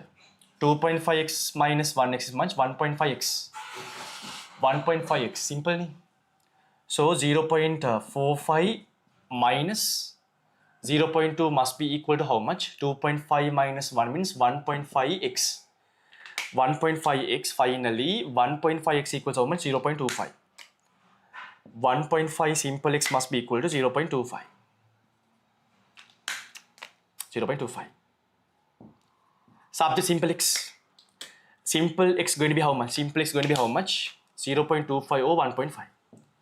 0.25 over 1.5 in meters. In meters. In meters. Right, is the answer. Right, is the answer. Is the answer. Clear? Now I can simplify further. What can I do here? I can divide by, okay. Right, if I multiply up and down by what, 100 something. If I multiply up and down by 100 something. So then if I multiply up and down by 100 something, I'm getting the answer what? I'm getting the answer what? I'm getting the answer 0.45. 0.45 clear? All good. Simplification is correct. Simplification is okay. Right? Okay, then right. That is also done. Okay, 0.2 minus x into here I made a mistake. Here I made a mistake. I made a mistake here. Here it should be what? 1.5. 1.5 forgot to put here 1.5 into something. 1.5 into something. Then 0.2 minus x. 0.2 minus x. Here I made a small mistake here. 0.2 minus simple. 0.2 minus 1x into 1.5. Okay, 1.5. Made a mistake there. Okay. Right. Then simplification. Then simplification. 0.45 must be equal to 2.5 simple x. 2.5 simple x. Expand the bracket. Expand the bracket. 0.2 into 1.5. 0.2 into 1.5 is how much? If you simplify it. If you simplify, that's going to be how much? 2 into 1.5 is how much? 3 then 0.3. 2 into 1.5 is 0. 2 into 0. 2 into 1.5 is how much? 3 then 0.3 minus 1x into 1.5 means how much? 1.5x. Now correct. Now correct. Okay. Now correct. Then 2.5x minus 1.5x is just simple x. And 0.45 minus 0.3 is how much? 0.15. 0.15 meters. In centimeters, your x going to be how much? In centimeters, your x going to be 50 centimeter. Now we know that length of the blue color rod is how much? 50 centimeter. Blue rod length is how much? 50 centimeter. What must be the length of the red color rod? Rod number B. That is red color rod is what? 5 centimeter. 5 centimeter. Nice question. This question covers everything. Nice story, beautiful story. Nice and simple story. 9:45. 9:45. Story is clear. Story is clear answer. Story is clear. Put a small reply. Overall idea. This is a linear expansion overall idea. But I will talk some few more cases.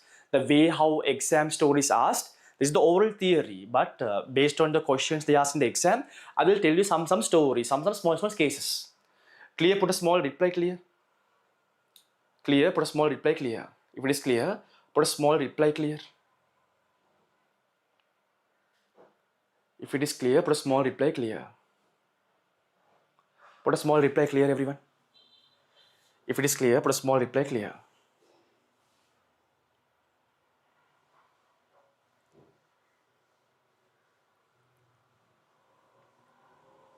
All clear?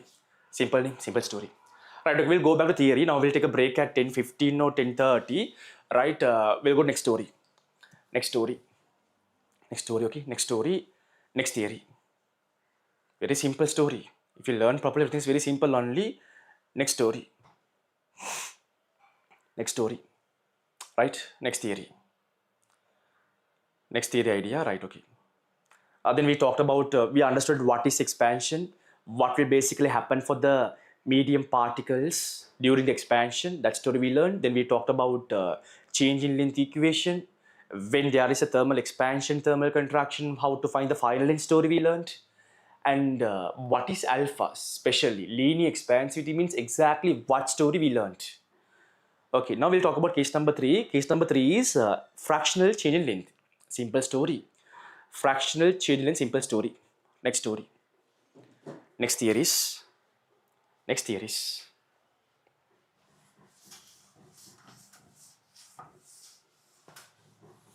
Next theory.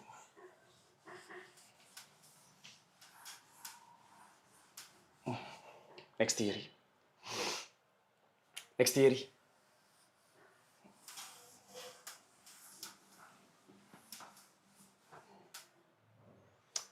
Learn from every story. That's what I can tell. If you learn the theory properly, right, you will get a kind of very big confidence. Okay? Right? Without missing any small thing. Sometimes some theories are there, it's not necessary to teach. Right? If I explain the thermal expansion idea, I don't want to teach thermal contraction story. It's a common sense. When the temperature increases, length increases means when temperature decreases, length should be reduced and you should be able to derive that equation. L2 equals L1, 1 minus alpha, derive the equation, you should be able to obtain. But normally I don't do that. Normally when I'm explaining something A to Z, every point, right? Sometimes these stories, the way that I teach is sometimes almost equivalent to teaching for grade 9, 10 people. A levels, normally they don't teach to that level, but it's necessary. In that level, we want to teach that level because some students are there to understand stories. They need a kind of this level explanation. If not, they don't understand. Normally, when I explain, you know that I start from the beginning. I start from a proper order and why the story, why from the beginning to end, I'm explaining in deep. Next story. Next story, we'll talk about fractional error story, fractional change in length. Okay. Go to page number 4, case number 3. Fractional change in length. Fractional change in length, case number 3. Not difficult story. In the given box, write on the equation. Fractional change in length equal change in length over original length, initial length.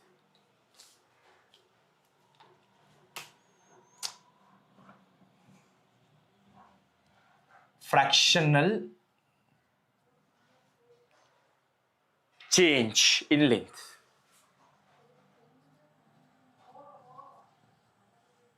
Fractional change in length.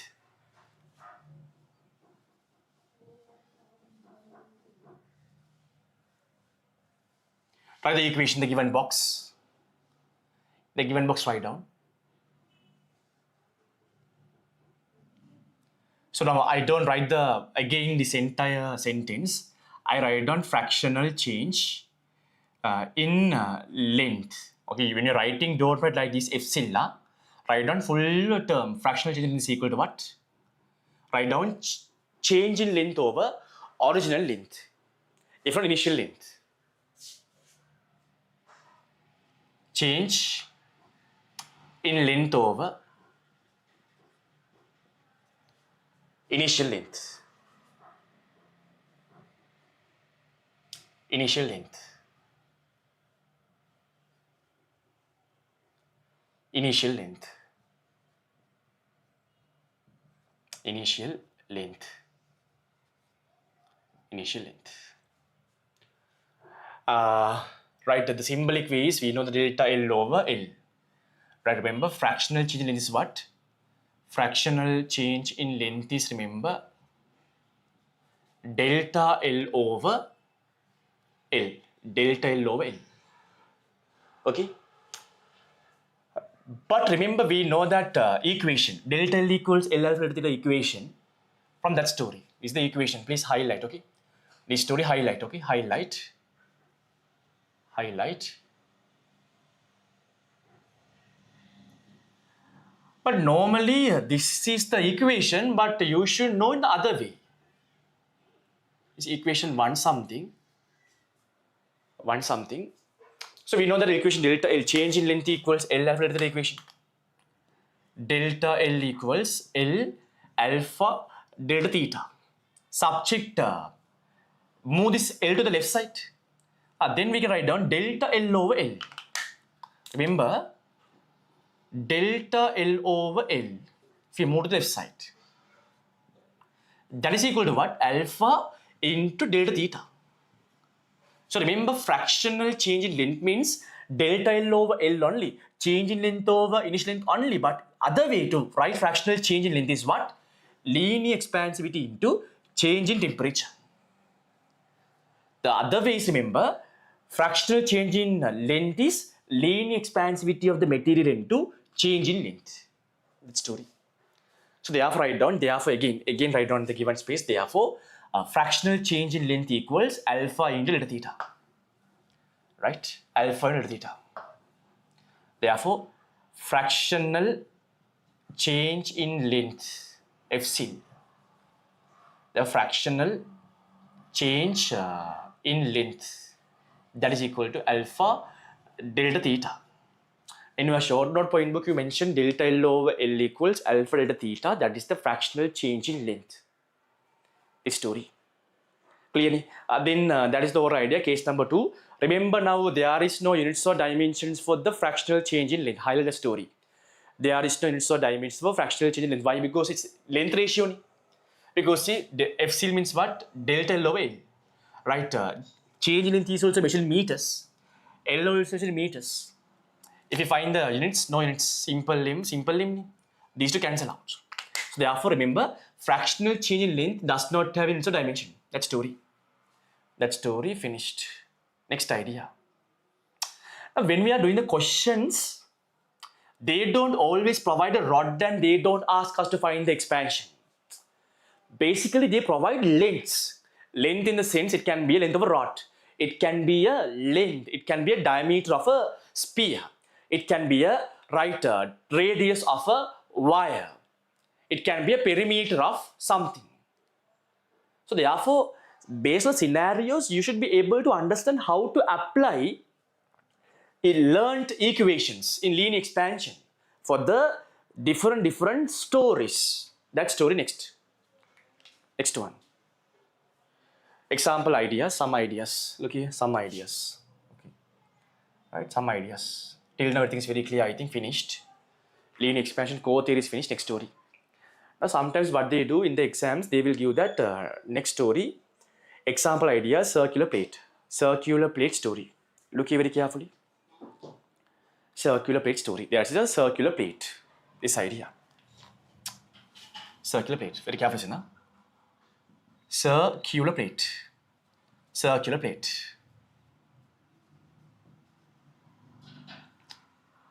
It can be rectangular plate, whatever circular plate, okay, right? Now, if I mark some parameters belong to the circular plate, where the temperature is theta 1, okay, circular plate, okay. Now, temperature of the plate is theta 1, theta 1, theta 1 temperature, right? Let's say now diameter, radius of the circular plate is, for example, capital R. Radius of the circular plate at theta temperature is capital R1. Radius capital R1. Radius capital R1. Diameter of the circular plate, I mark it as capital D1. Diameter. Diameter of the circular plate is capital D1. Simple D1, capital D1, whatever. Also the perimeter. The circumference of the circular plate, normally we know circumference is S. The symbol to represent circumference in rotational motion we learned capital S. The circumference is, I marked in capital S1, circumference. Circumference, capital S1. Right, circumference. Can use blue color thing also. Circumference. Okay, see the idea?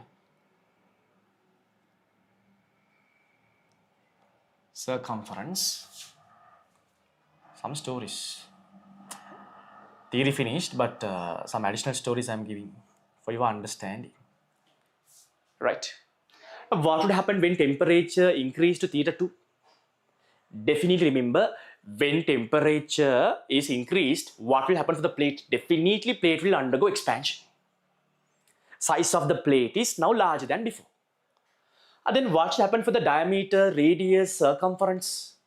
They also should be changed comparing with the previous diameter, radius, circumference. Remember, now diameter, radius, circumference must be greater. Must be greater, very small story. Same story. Then now, after increasing temperature by delta theta amount, now story.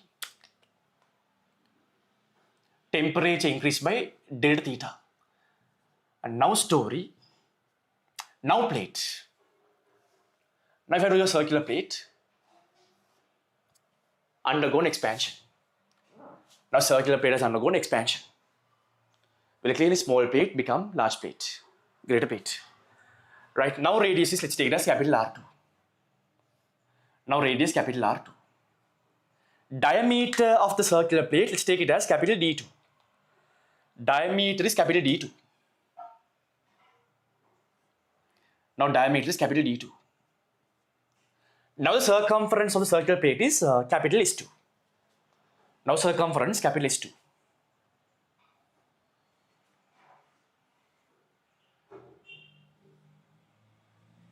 Now circumference of the circular plate is capital S2. S2.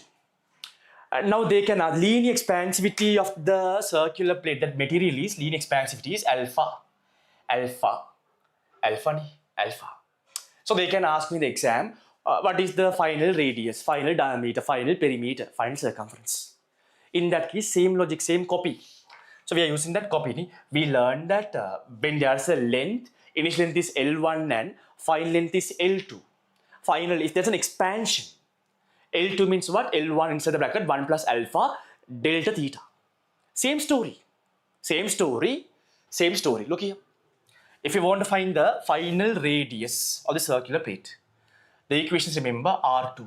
Final radius equals R2 must be equal to R1 because radius is a length. Diameter is a length.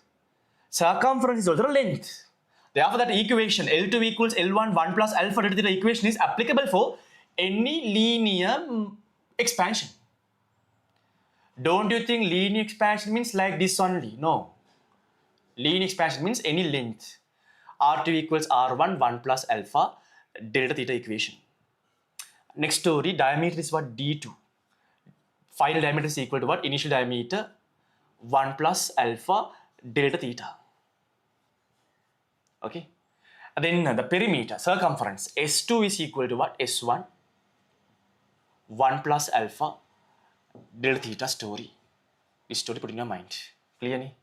This story is clear. This story is clear. This story is clear. This story is clear.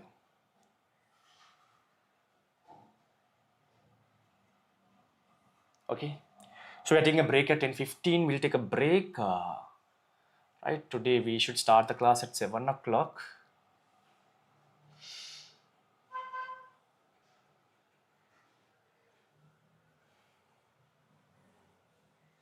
Okay. Right, me. Simple story. The tute, take your tute and write the story. Take your tute and I have given some space, but don't take entire space because case number 2. So rectangular coil story also I want to explain. Therefore, given space, nicely written story. Next one is rectangular coil. Rectangular coil. Coil means what? Rectangular coil, not a plate. You take a tiny thin wire and if you shape it into a rectangular shape, that is rectangular coil. Rectangular coil, they have given a length and width L1, L2 in a rectangular coil. Okay, simple stories. I don't want to explain these ideas, but I'm explaining. Right? Rectangular coil.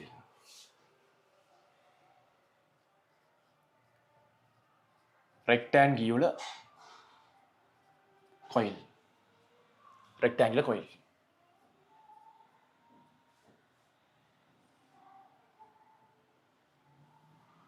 Rectangular coil.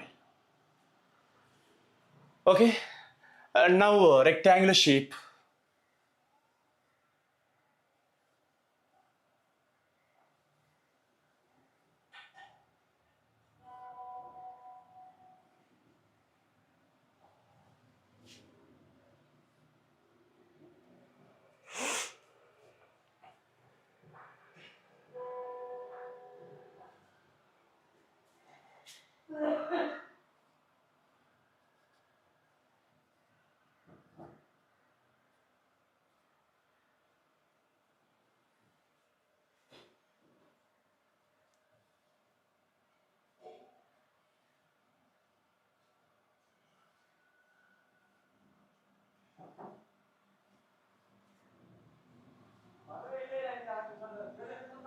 rectangular coil, rectangular coil,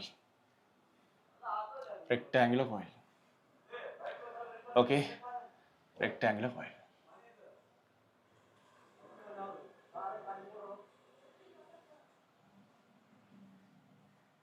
Rectangular coil.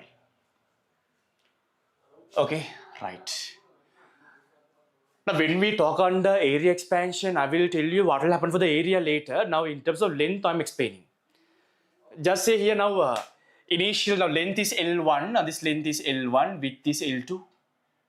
Length L1, width is L2. Width is L2. And then due to the expansion, initial temperature theta 1, now temperature theta 2. Now temperature theta 2. Okay? Now temperature theta 2. Temperature increased. Just think theta 2 is greater than theta 1. Temperature increased. Right? Theta 2 is greater than theta 1 story. Okay. And then we know is when the rectangular coil undergoes thermal expansion, length definitely increase. Now length going to be L1 dash. Now length is what? L1 dash. Now length is L1 dash. Now width is what? L2 dash. So I'm going to apply the relationship between L1 dash and L1. L2 dash and L2. That's my target. I'm trying to obtain the relationship between L1 dash, L1, L2 dash, L2. Simple story. Really simple. Really simple. Simple. Okay, really simple. Right. Then L1 dash equals L1 linear expansivity of this material is alpha. Then you can write down what? You can write down L1 dash must be equal to L1 1 plus alpha delta theta. Okay. Then L2 dash. L2 dash must be equal to L2 1 plus alpha delta theta. Okay, simple stories. Simple stories. Right? That idea is also okay. That idea also okay. That theory idea also okay. Write the stories. Write the story. Write the story. Start writing.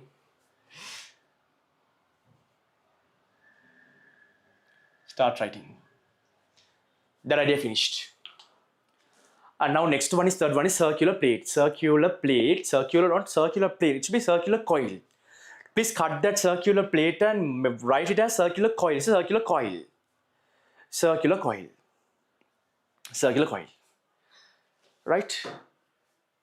Next one is circular coil. Okay. Circular coil. Now see this story.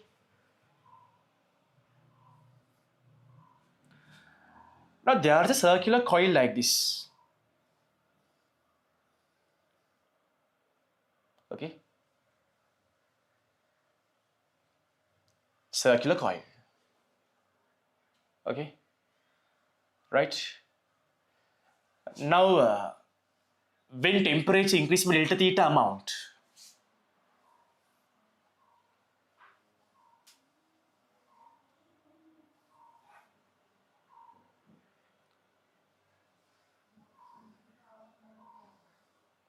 something like this, okay? Then also same story. The radius, diameter story, same story like this.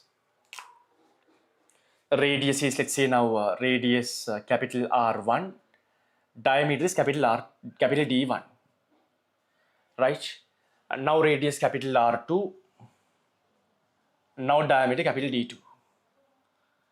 Same theory. We know that R2 must be equal to R1, 1 plus alpha delta theta. Temperature increases theta 1, theta 2. The temperature increase by delta theta amount. Theta 2 is larger than theta 1 in same equation. Same equation, remember, nothing to explain. R2 must be equal to R1 plus 1 plus alpha delta theta. R2 must be equal to R1 inside the bracket 1 plus alpha delta theta. Likewise D2.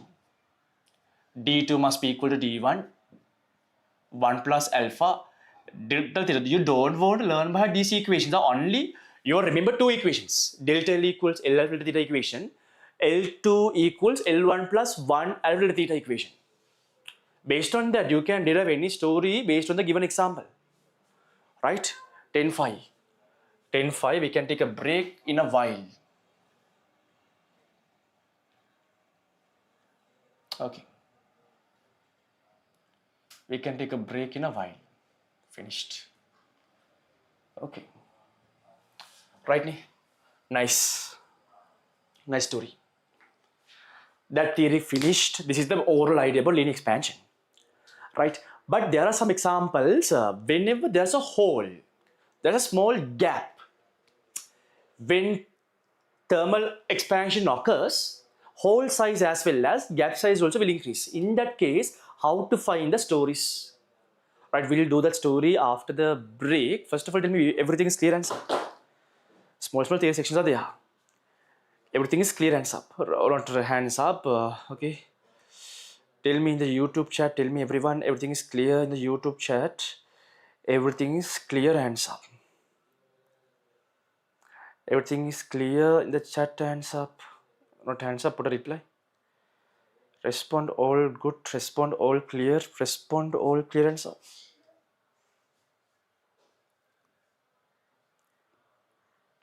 All clear and simple, okay. Right, now what we'll do now, we are taking a small break. We'll take a small break and then we are doing further theories, okay. Today for the theories because I'm going in deep and explaining one by one, right. Then next story, then I will do few more theories only, mostly today, okay. Then linear area expansion, volume expansion parts are very small parts. Linear expansion, we have to talk about lots of applications as well. But area expansion, volume expansion are a big part, very small part. And liquid expansion is somewhat a larger one, then gas laws. Right? Time is 10:06. We'll take a 20-minute break. Come at 10:26. If not, maximum 10:27. I might come at 10:26 or 10:27. Come at 10:26. Take your break and come. Drink something, eat something and come. Take your break and come. Take your break and come.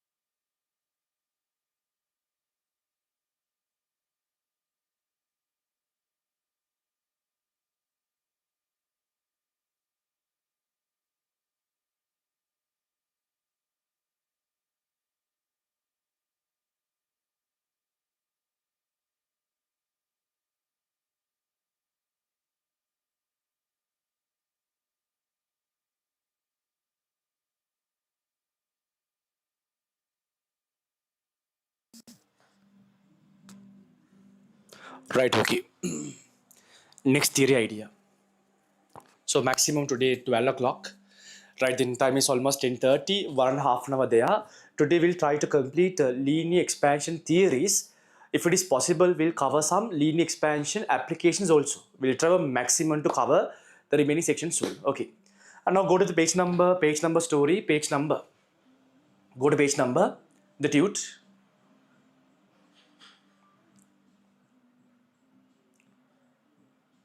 Go to the page number, the tute.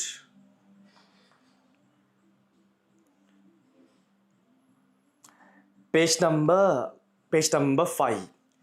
Expression of a whole. Look here. Now this story.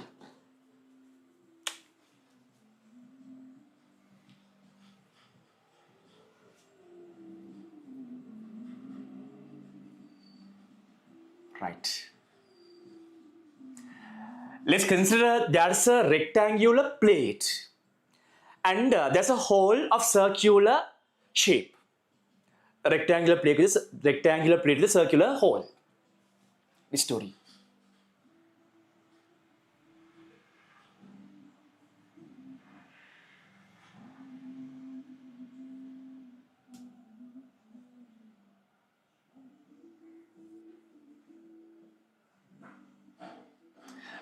Okay, I will explain. Okay. Right.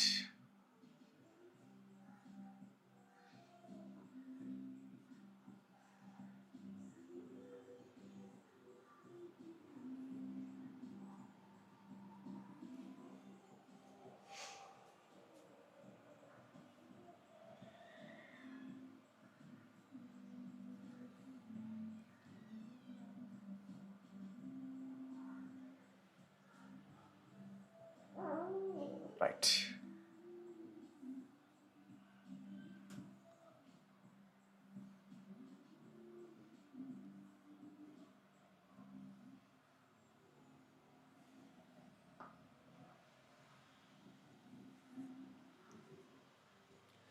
Listen very carefully these ideas.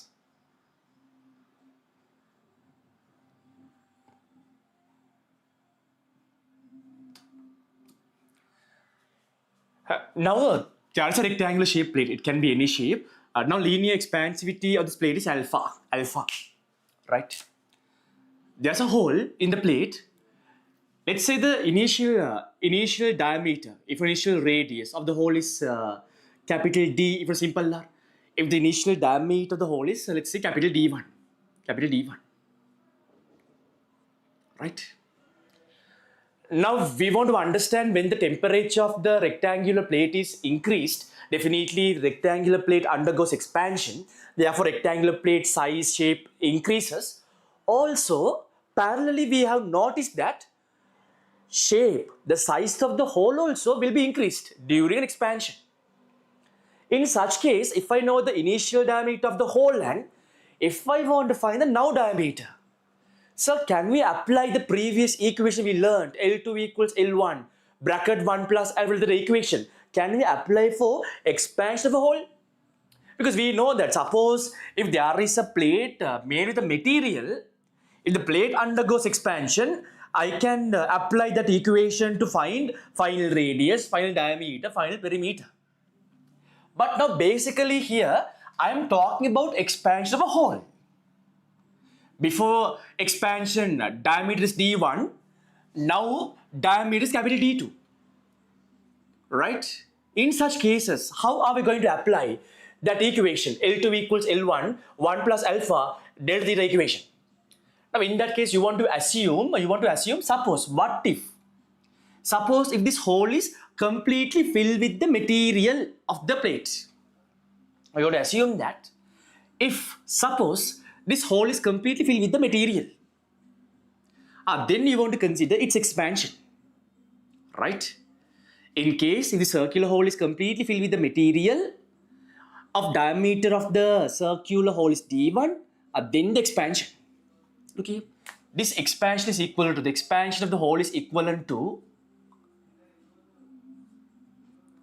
this expansion of the hole is equal, remember, this is equivalent to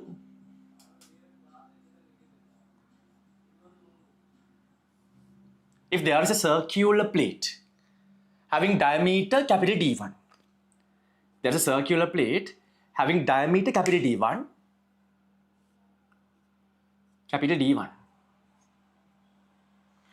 right? At temperature theta 1.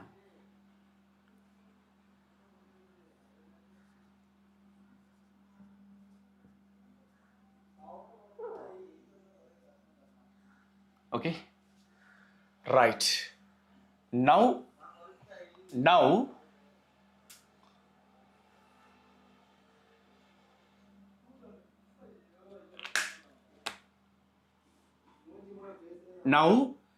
diameter capital D2.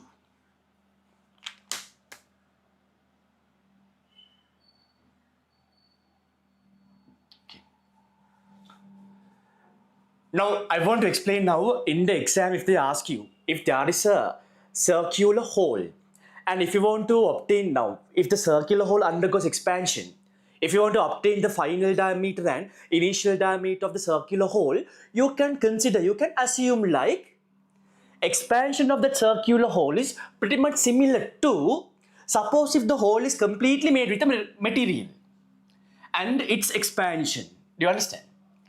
The expansion of the circular hole is exactly similar to, suppose if the hole is completely made with the same material, then expansion of this, right? Therefore, you can use the normal general equation, right? In that case, you can write down final circular hole diameter D2 must be equal to initial diameter D1, 1 plus linear expansivity of the material into delta theta. That equation.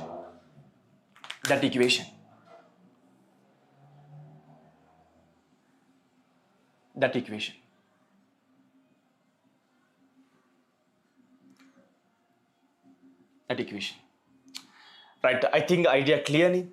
So now if you want to find the expansion of a circular hole's expansion is pretty much equivalent to expansion of a material if that material is filled with the hole completely. That expansion.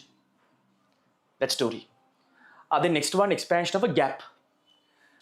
Let's consider the gap. Second story, a gap.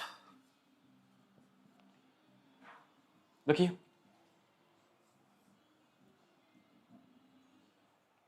Now there's a small gap in the circular shaped wire. Okay. This gap is, I can say, this gap is simple L1. Okay. If you measure the gap, this gap going to be simple L1. Okay, simple L1. Now we know when temperature, when this circular shaped wire undergoes expansion, this wire undergoes expansion, okay, but also parallelly, this gap is also undergoes expansion. Now, final size of the gap is larger than the before, right? If I want to obtain a relationship between final gap and initial gap, that story. Initial temperature of this one is theta 1. Temperature increased by delta theta amount. Now temperature is theta 2. Now this circular shape wire also undergone expansion. This gap is also undergone expansion. This gap is also undergone expansion.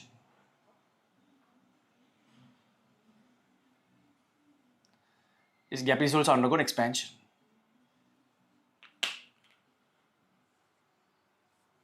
This gap is also undergone expansion. Now gap is L2.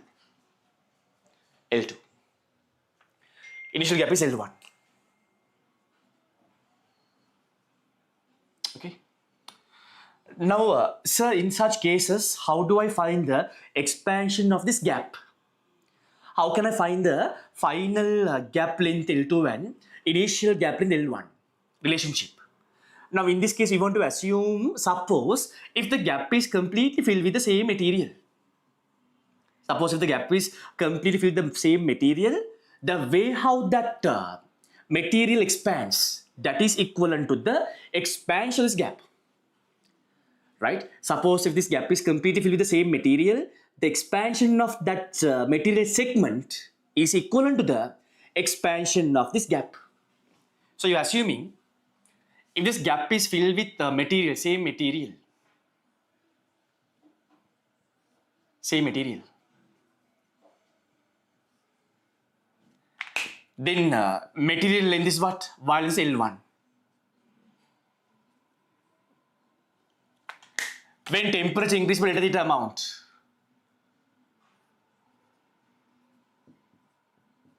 now gap is, now this length of the material is how much?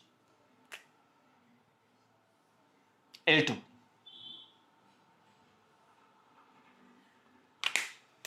So by considering this scenario, you can apply thermal expansion equations.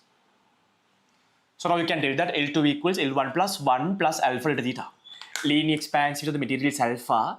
Therefore, you can write down L2 must be equal to L1 1 plus alpha delta theta. This story. Clear? Okay, this story also clear. Next idea. Now quickly understand these stories. If you feel something is important, immediately write on your tute. These stories. Clear? So if there's a hole, expansion of a hole, V equal to expansion of a hole, V equal to, suppose if that hole is filled with the material, expansion of the material. That is the expansion of the hole. Expansion of a gap V equal to, suppose if the gap is completely filled with the same material, expansion of that material is expansion of that hole. That story. The next idea. Especially this is important. In some MCQs, they ask this gap between two rods. Especially this application is railway tracks. Okay, right. And now story. Now read the tute. Take your tute and read it.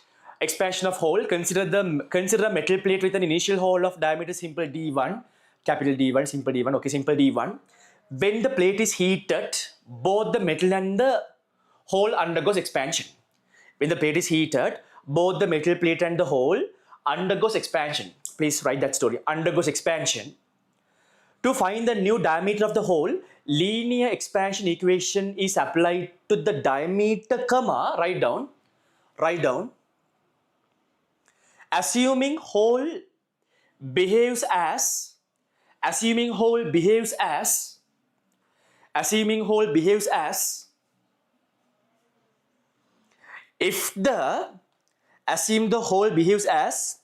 if it were filled with the same material. If it were filled with same material. Same material. Okay? Right. That is okay. This equation you can write on there. Write on stories. Okay, next idea. Next story, expression of a gas. When wire or rod heated, its total length and any gap increase. Okay. To calculate the increase in gap, the linear expansion equation can be applied by assuming the gap behaves as if it were filled with the same material. Okay. That story, then you can write this equation in rod. If there's a rod, okay, this story also important. Now, these are not theories. When you do questions, these things will be important when you are getting the answers. The next story, when you take a rod, look here. This idea, rod. A gap can be like this and gap can be like this also. The gap. Okay. Before. Look here.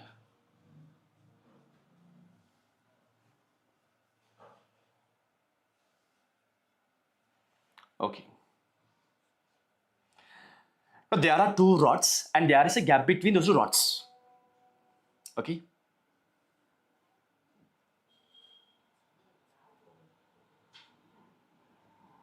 Okay.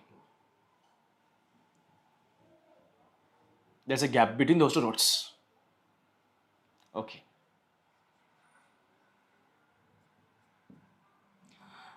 Let's say this gap is simple D, if not D1, if not L1. We can say the gap as simple D, D1, whatever, L1. Gap is L1. This gap is how much? This gap is L1.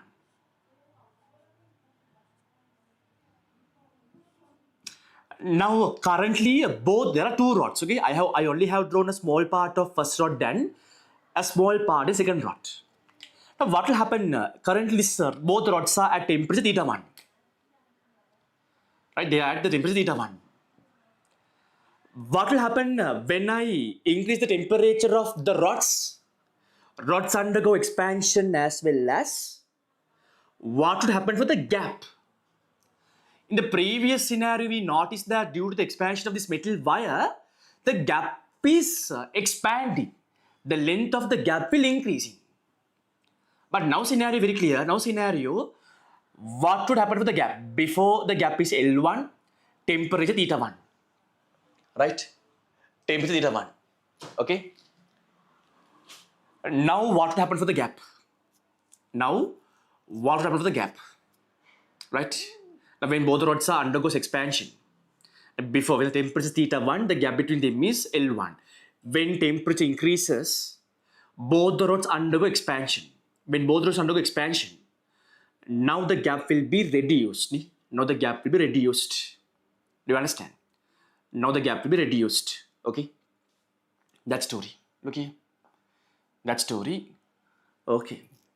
Listen. Right. This story. Okay? This story. Okay, this story. Okay. Right. Okay. Now story. This idea. Carefully listen. Listen carefully. Listen carefully.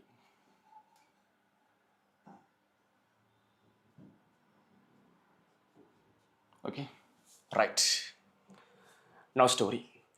Now temperature of the rods are theta 2. Temperature actually increased from theta 1, theta 2. The change in temperature, if not increase the temperature, is how much? Theta 2 minus theta 1. Okay? Delta theta, temperature increased. Change in temperature means theta 2 minus theta 1. Okay? Right. Delta theta is what? Theta 2 minus theta 1. Clear?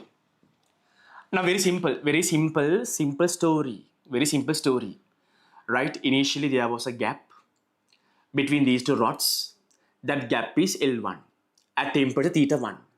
When temperature increase, we know that this rod is expanding. This rod also undergoes expansion. Then what would happen for the gap between these two rods? Definitely gap between these two rods will reduce. Right? Now the gap between them is L2.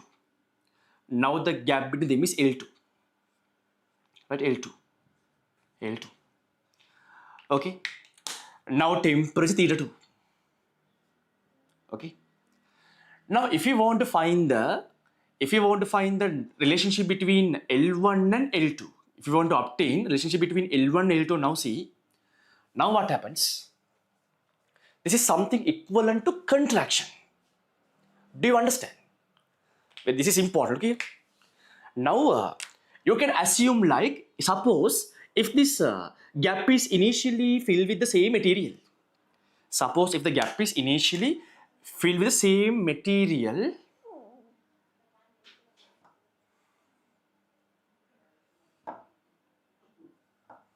okay? Suppose if the gap is initially filled with the same material. Okay, look here.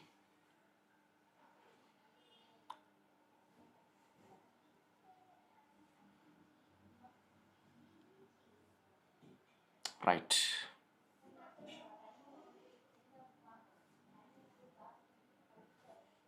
Okay. Suppose if the gap is initially filled with the same material and that material undergone contraction. This gap is L1. That material has undergone contraction. That material has undergone contraction. Do you understand? Now length is L2. So, now very simple. Now this scenario is very clear that the gap is increasing. Therefore, you can assume, like, suppose if this gap is completely filled with the same material, expansion of that material is equivalent to the expansion of this gap. But in this scenario, there are two rods. Initially, there was a gap L1. When temperature increases, we all know that that gap will reduce. Why? This rod also expands, this rod also expands, then the gap between those two rods will definitely reduce. This story you can assume like, suppose if the gap is completely with the same material, contraction, thermal contraction of the material. Then the relationship between L2 and L1 is, remember, L2 equals L1, 1 minus alpha delta theta. That story. This is somewhat important story. L2 equals L1, 1 minus alpha delta theta. This is somewhat different story than before stories. Somewhat different story than before story. Story.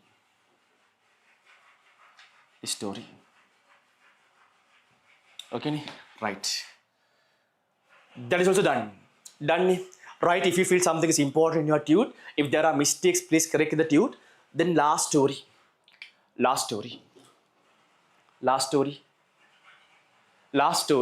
Expansion of arcs. Arc is also basically a small wire segment expansion of arc. Look here. Expansion of arc. If there's an arc,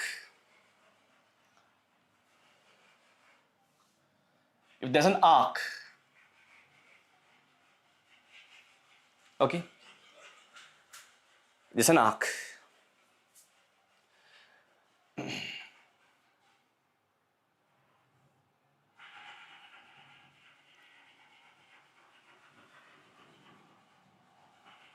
Very carefully listen. This is your arc.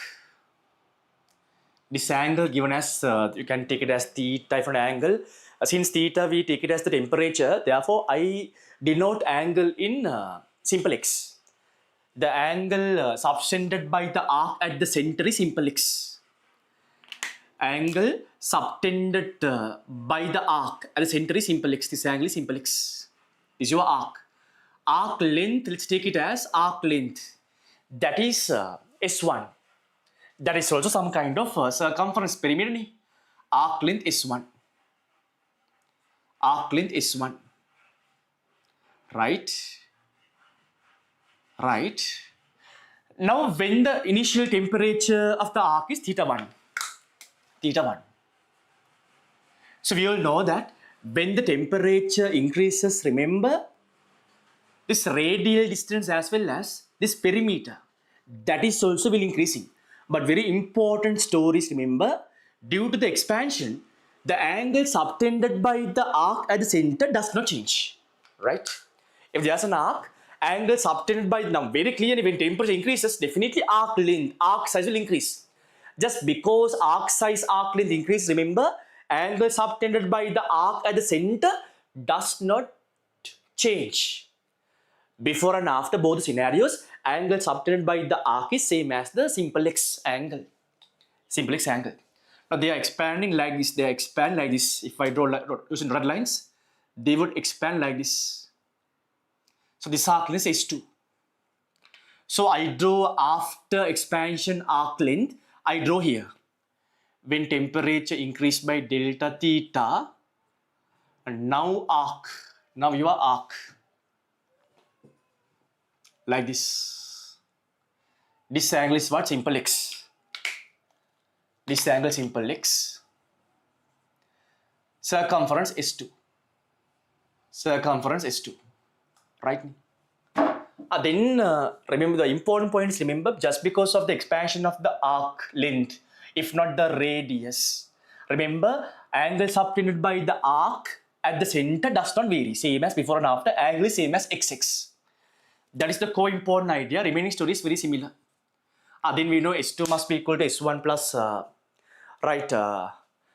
plus alpha delta theta. Radius. The radial distance R1. This gap R1. This radius R2. R2. Then we know that we know S2 must be equal to S1 plus 1 plus alpha delta theta. Then your R2 radius, R2 must be equal to R1, 1 plus alpha delta theta. This story finished. Now I think I covered all the possible examples that they can ask in the exam. Nothing come beyond this. Nothing come beyond this. This is the oral story. Now we'll do questions. We can do some questions. Okay, story. Put a reply all clear, all crystal clear answer. All clear, all crystal clear, but a small reply. All clear, all crystal clear, put a reply. Put a reply. Now we can talk about application of thermal linear expansion. We can go to there, put a small reply. All clear, put a reply. All clear, all crystal clear, put a small. Put a reply. Very simple idea. If you properly learn, everything is easy, right? Then based on this, we'll do tutor questions, then we'll do the past papers, we'll do target papers. Everything going to be super easy, right? Okay, right, that story. Okay. And now first application is linear expansion. You might have seen that, especially railway tracks. The railway tracks, you might have seen a kind of considerable gap between two adjacent rail tracks. Right? You have seen the rail tracks are so long, but when you consider two adjacent rail tracks, there's some kind of gap between them. The reason is what? Because we know that some summer days, right? In the summer days, what will happen? Since it is made with a metal and length of one rail track is very large, I think around 20-30 meters length of one rail track is. Because of that will happen, even the small increase in temperature will result large expansion of the metal rod. The railway track will expand more. Now, what would happen that if there is no such gap between them? Think practically. Look here. Look here. This story. Step by step, understand the theories. We can't do questions yet. We'll thorough the theories and we'll go to the questions.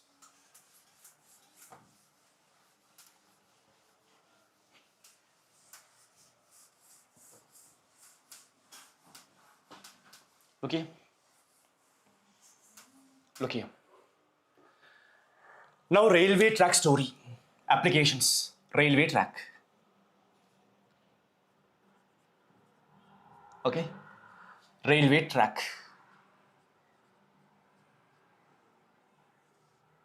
Okay. Now we know that railway tracks are so long. Generally, length of one track is around 20 meters, under 15 meters. Right? You know that story. We have seen. Okay. Now, if I draw a small part of two railway tracks, a small part of two railway tracks, a small part in two railway tracks. Before expansion and after expansion. Something similar to the story only, but I'm explaining in different way.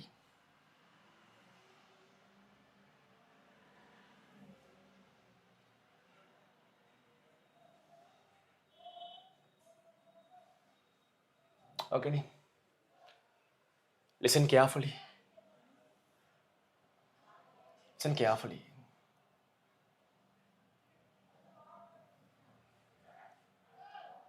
Okay. Right.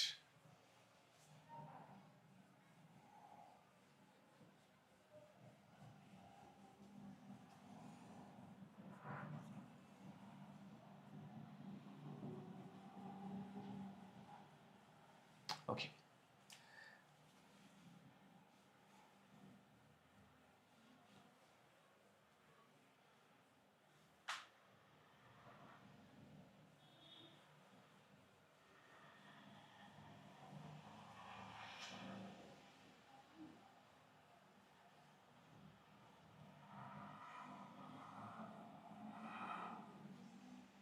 Okay. Listen.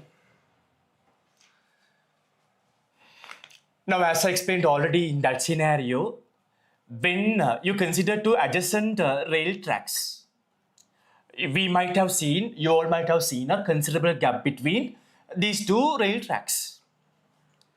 Let's say now before expansion. The gap between them is, for example, L1. Gap between them is L1. L1. L1. This gap is L1. Initial gap is what? L1. L1. Right. Linear expansivity of this metal-made rail tracks, simple alpha. Alpha. Now we learned when these two rail tracks undergo expansion, what would happen for the gap between two adjacent rail tracks? Definitely gap will reduce, no doubt, gap will reduce, right? Based on the temperature difference, based on the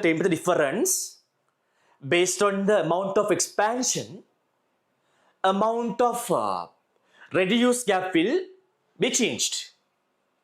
For example, now if the temperature increase in the day is not that much significant, if temperature increases in small value, then also rail tracks undergo expansion, but the reduced gap is not that much. Gap will reduce in a small value, right? A small value, right? Gap will reduce by small value. Okay. Now, what will happen now? What will happen?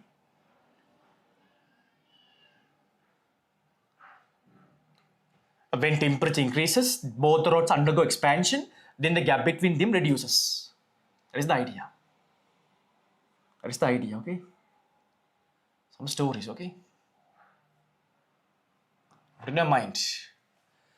Now, they manufacture, if not they place these railway tracks such a way to, based on the maximum possible expansion, based on now it depends on the country, we know that maximum temperature will rise to this value, right? Especially our Sri Lankan countries, the maximum temperature will maximum 40, 45. Even some areas only we can see maximum temperature 40 something, 40, 42 maximum. It will never exceed to that level. But when you go to the desert areas, temperature is 50, 60, 65. Right now, even when they are placing the gap between the two rail tracks, they consider they keep the gap by considering the maximum possible temperature rise. We know that when change in temperature is high, the gap will become lower, right? So therefore, in this surrounding, in this environment, what is the maximum possible temperature difference? Then expansion will be maximum. At the maximum expansion, what must be the gap between them? Reply everyone. Let's say now you are the engineer who is following this project. So now you want to decide the gap between two adjacent rail tracks. So you want to consider definitely what is the maximum possible temperature difference can happen in the surrounding. Right? So because we know when the temperature difference is maximum, delta theta maximum means we all know that expansion maximum. In a day, that temperature difference is maximum. That means expansion is also maximum. Then what is the now gap between two railway tracks? Reply everyone. The chat. What must be the now gap between these railway tracks? Reply everyone. What must be the now gap between these railway tracks? Now gap. Reply everyone. Reply everyone. What should be the now gap? Reply everyone. What must be the now gap? You decided the gap in the beginning by considering the maximum possible temperature difference and maximum possible expansion. You may keep the gap. I'm asking at the maximum temperature difference, in the maximum thermal expansion, what must be the gap between the two metal tracks now? Reply. Reply. Anyone? Reply someone. Reply someone.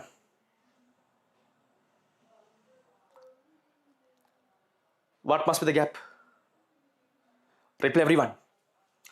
In that maximum temperature difference, if the maximum thermal expansion happens, now what is the gap between those two tracks? Reply everyone. Very simple story.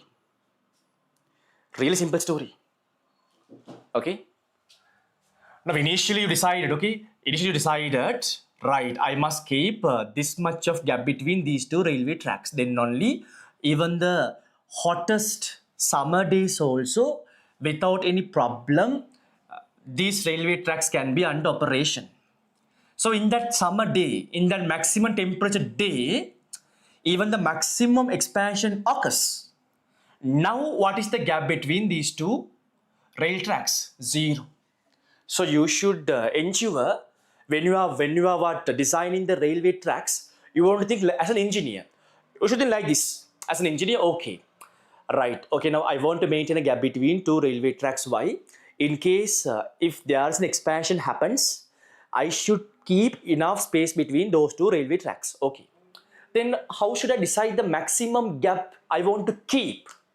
So in order to keep the maximum gap, that you should decide by considering the peak temperature day, right? Even the maximum temperature day, even the hottest day, then the expansion is maximum. Even the hottest day, after expanding both the metal tracks, they should just touch each other. Okay, even the maximum hottest day, maximum temperature day, when after the expansion of those two metal railway tracks, they should just barely touch each other. Because why it's important? If you don't maintain a gap, now you design the railway track without any maintaining gap, what will happen? What will happen? That story. Without maintaining any gap, when you design a railway track, look here. If not, the gap that you maintain is not sufficient, right? Without having a gap, you design the railway tracks. If not, the gap that you placed is not sufficient. Then what will happen? As a result, what will happen? No gap. Two railway tracks. When temperature increases, what will happen? Definitely what will happen? When temperature increases, definitely we all know that. What will happen? Both the metal rail tracks try to expand, right? When temperature increases, for their existence, they want to somehow expand. No one can restrict this people's expansion. When you increase the temperature, definitely they will try to expand. They will try to expand. But the problem is, they don't have the freedom to expand. If you don't keep any gap between them, they don't have any freedom to expand. As a result, what will happen? They start to struggle. They start fighting. Right now, there is no gap. You are increasing the temperature for their survival, their existence. They want to expand it, but there is no any space for the expansion. As a result, what will happen? There will be compression forces exert on them. Right? This one want to expand this direction. This one is producing a compression force. This one is producing a force on this railway track. This one also want to expand. So this one also produces a force this direction.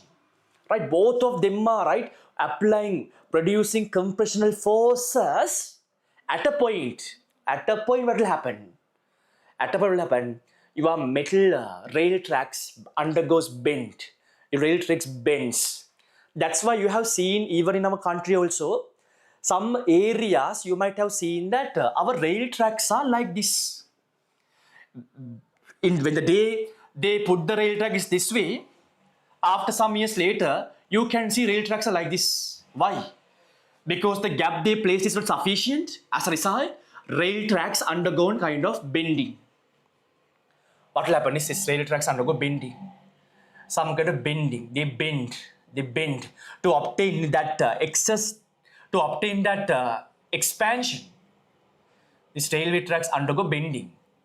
Right? During the bending, there will be some compressional force also exert. During the bending, there will be some compressional force also will exert. Right? That story. What if this is a very risky thing? Why? Because if the train is moving on the railway track, and suddenly if the rail tracks bends, what will happen for your train? Forget about the train. What will happen to you? Sorry. For you, sorry. That will be your last day of train ride. Okay, this story clear ni? This story clear. Simple. So therefore, in order to avoid this circumstance, only, we are keeping a gap. Remember, that means even at the maximum temperature, remember, your two rail tracks will just touch each other. If they just touch, there won't be any forces acting on them. There won't be any compressional forces acting on them when they just touch each other. Okay, we'll do a question also. Right, okay. Then expansion. Even they expanded the maximum temperature difference. Now learn properly. They can ask questions from the story. Learn properly. They can ask questions from the stories. They will ask, they can ask. Even the maximum day, right? Expansion, right? Remember, when delta theta maximum, at least, when delta theta maximum, right, the gap will become zero. The gap becomes zero. The gap becomes zero. Gap becomes zero. Put a small reply in the Zoom YouTube chat. All clear answer. All clear, but a small reply. The YouTube chat. All clear, but a small reply. Small reply. Additional things you can write in your notebook. In your tutorials you can write down. All clear. Put a small reply. A small reply. Put a small reply. All clear. Put a small reply.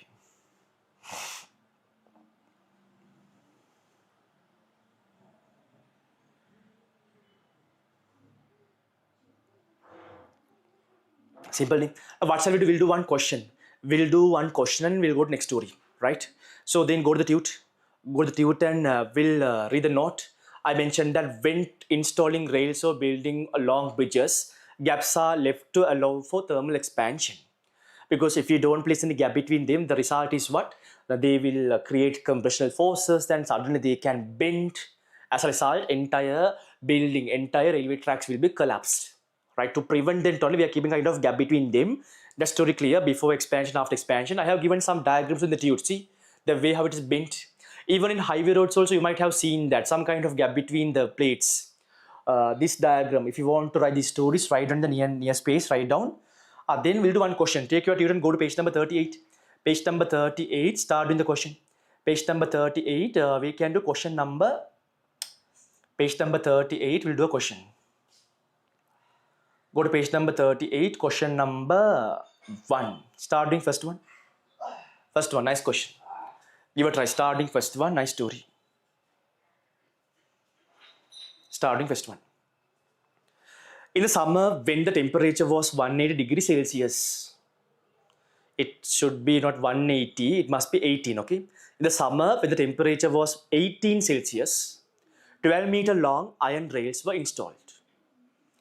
So when they installed the rail tracks on a day temperature 12 degrees Celsius, what is the minimum distance between the two rails to prevent the rails from bend sideways when the temperature rises to 48 degrees Celsius in the summer? Linear expansivity of the iron is given as how much? 1.1. It's not 11 or 11. 11 into 10 to the power minus 6. 11 into 10 to the power minus 6. Get the answer. Get the answer. Question number 1, page number 38. Right? These questions are not basic substitution questions. You can learn something from these questions. Therefore, learn. Therefore, learn. Okay? I've mentioned when the temperature increases, gap decreases. Gap decreases. This theory. This theory. This theory.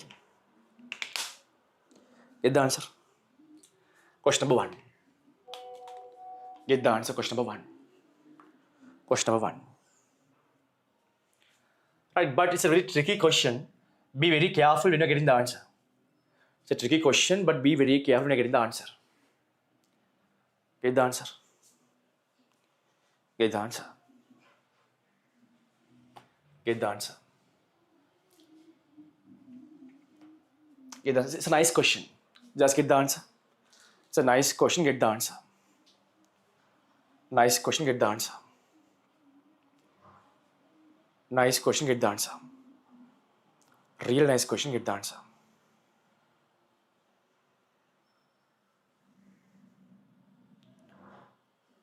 Real nice question. Get the answer.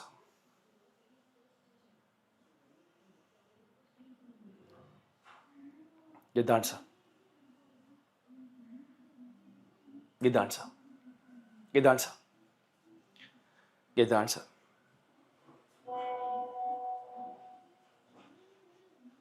Get the answer.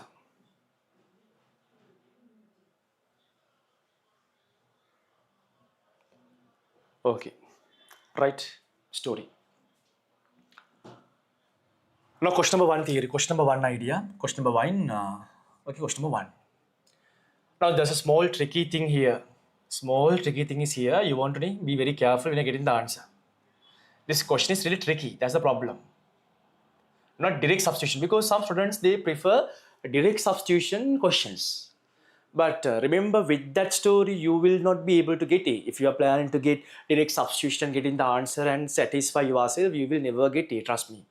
If you want to get A means, you want to learn the theory in deep, and then you should practice such real application questions. I can tell the rail track length is 12 meter and linear expansivity is this much, and when the temperature increased by 20 degrees Celsius, what is the expansion of the railway track? But no point of giving such questions. Even grade 8 student also can do that question. Okay, story. Story, nice question. I will draw one complete rail track and parts of two adjacent rail tracks for our understanding. For our understanding, okay? For our understanding.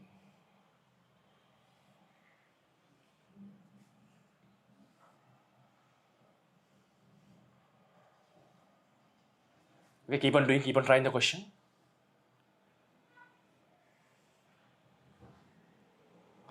Keep on trying the question. Right. Keep on trying. Keep on trying. Keep on trying.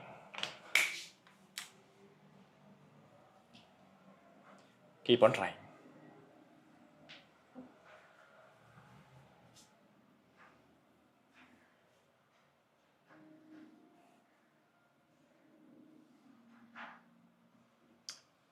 Interestingly, calmly, slowly learn. Right? Slowly learn. Learn properly things. Learn. If you learn something, you should be very clear about that story. Right? That level clarification, clarity get. When every chapter completes, you should have a clarity. Okay, everything I learned this chapter is crystal clear. Get that clarity. So even you complete a lesson, if you don't have the clarity, means somehow rewatch the recording, so do whatever and get the clarity. If not, you can't survive. If not, you can't survive. If not, you can't survive. Now listen to the story very carefully, okay? This story very carefully. Okay? This story very carefully listen. Very carefully listen. Listen. Okay, I have considered adjacent 3 rail tracks. One complete rail track and 2 parts of rail tracks. Okay. Now, when the temperature is, let's say, these rail tracks were placed at temperature 18 degrees Celsius. Temperature 18 degrees Celsius. 18 degrees Celsius.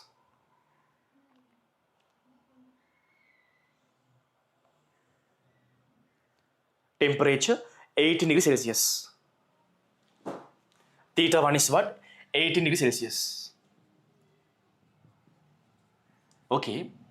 What is the length of one rail track? That is 12 meter. I say initial length, if not L0, L1, whatever. L That is 12 meter. 12 meter. Okay. That is okay. Now they are going to increase the temperature. If not in the summer day, temperature is 48 degrees Celsius. Then they placed the rail tracks at a temperature to 18 degrees Celsius, and in the summer day temperature is how much? 48 degrees Celsius. Summer day temperature 40 degrees Celsius.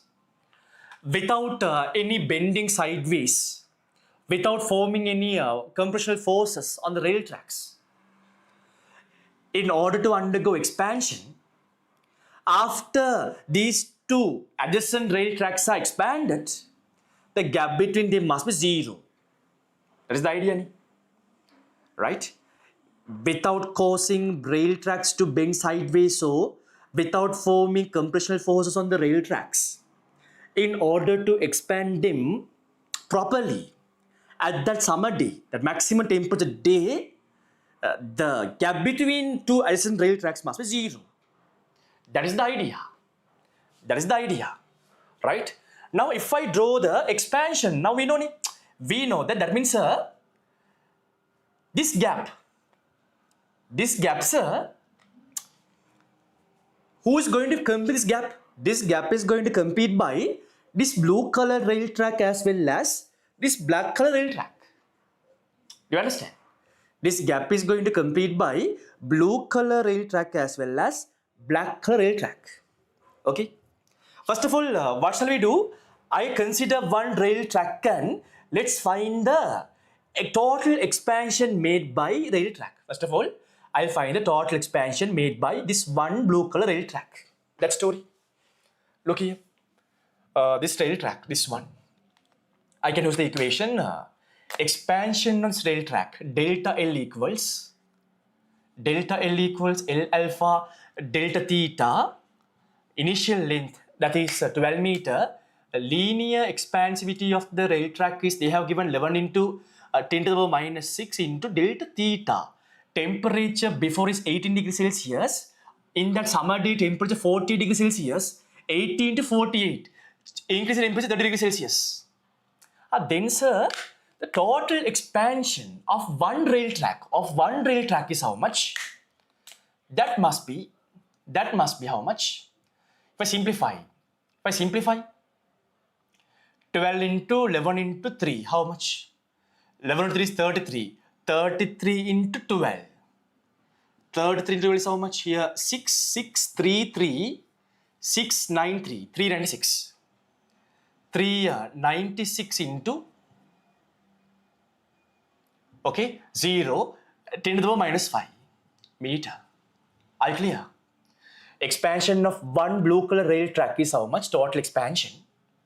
Right? 396 into 10 to the power minus 5 meter. Okay, 12 length, expansivity, temperature difference 30.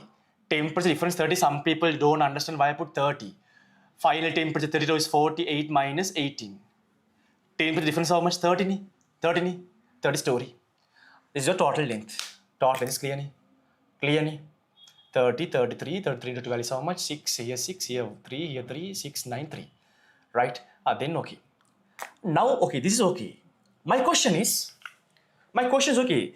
Now, expansion of this rail track occurs from both of its ends. Am I clear? When this rail track expands, its expansion occurs from both of its ends. The total expansion is this much. If I ask you, what is the expansion happens only from one side? That is exactly half of this. Right, this rail track's total expansion occurs from both the ends. The total increase in length, the total expansion is this much. If I ask you, the expansion occurs on this rod in one side is how much? Half of this expansion. So if I ask you, what is this gap? This gap is how much then? Expansion happens in one side. Half of this length. Then what is the gap between them? Gap between two adjacent rail track must be this one. Why? Because when you consider, now because of this rail track, expansion happens in one side is this one over 2. Because of this railway track, expansion occurs in one side is this side. This side is this over 2. Then what must be the total gap? Nice question. Very beautiful question. The total gap is how much? That is blue color 1 plus red color 1 means this gap. This is the answer. Put a reply all clear and up. Once again, one last time. One last time, put a reply all clear and up. Very nice story. Reply, put a reply everyone all clear, put a reply quickly soon, so no time. No time, put a reply clear hands up. Put a reply, there is no any hands up story ni here. Put a reply soon. Put a reply soon everyone, put a reply. Can't see a time also ni in this YouTube chat, YouTube.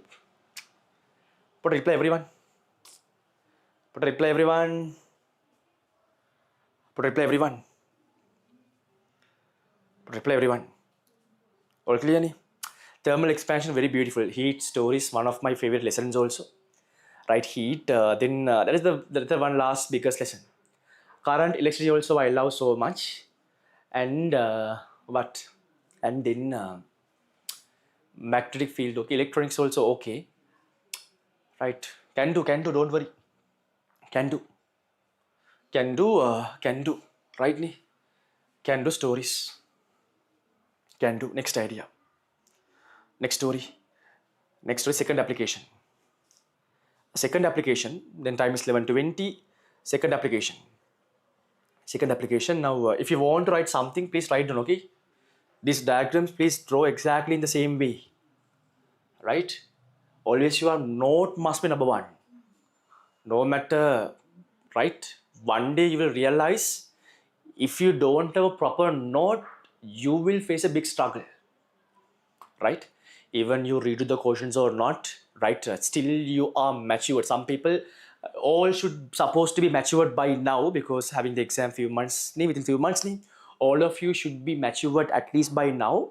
In case still if that maturity has not yet come, when the exam comes closer, you will get the maturity.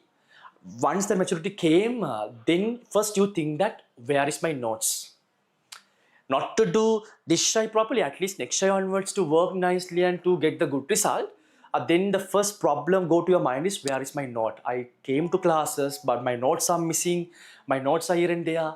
Then where can I find the notes? Then only you beg from every groups. Can you please send that note, this note, that note? Right? Then only you will start begging. Don't be like that. Don't be like the note is beautifully maintained, no matter girl or boy. No matter it's a girl or boy, note must be a note. That's it. Right? That's story. Next idea.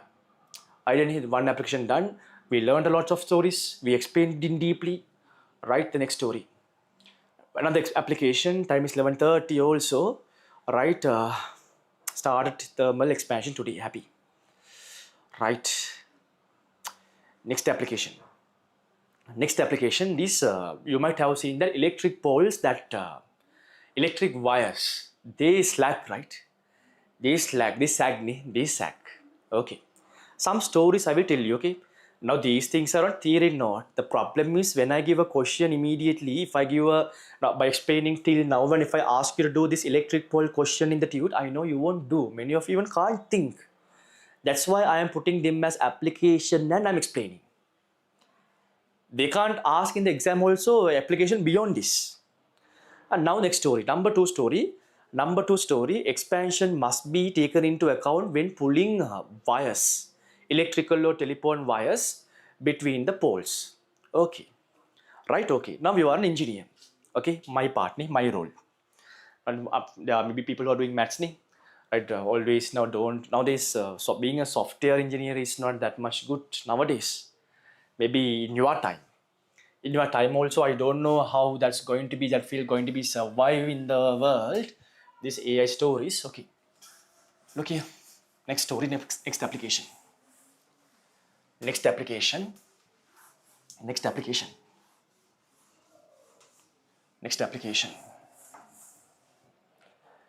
application, see the idea. Next application, right? Electric poles.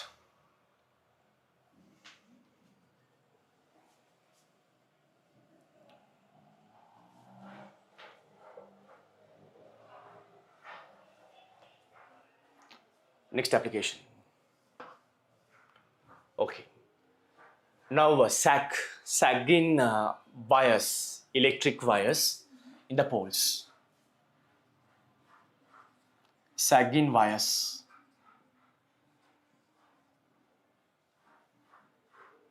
Right. Now you are the engineer and you have to install a wire, very thin electric wire between two poles. But the day that you place the wire is a cool day, not a hot day. It's a very cool day. So for an example, think early in the morning. We'll compare early in the morning and lunchtime. Early in the morning, temperature is very low. Lunchtime, we know temperature is very high. Think like that. Think like that. Think like that. Okay? Think like that. Right? Becoming an engineer also not easy, right?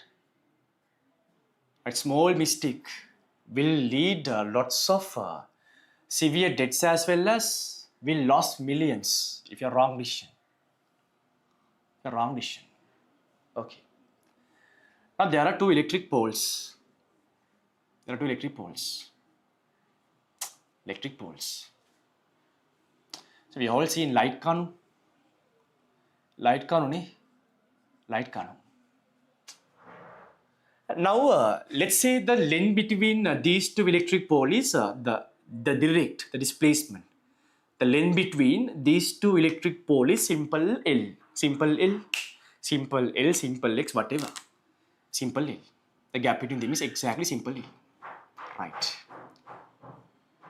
Now you are placing the electric wire on a day having low temperature. If not early in the morning only, you are terminating the electric wire.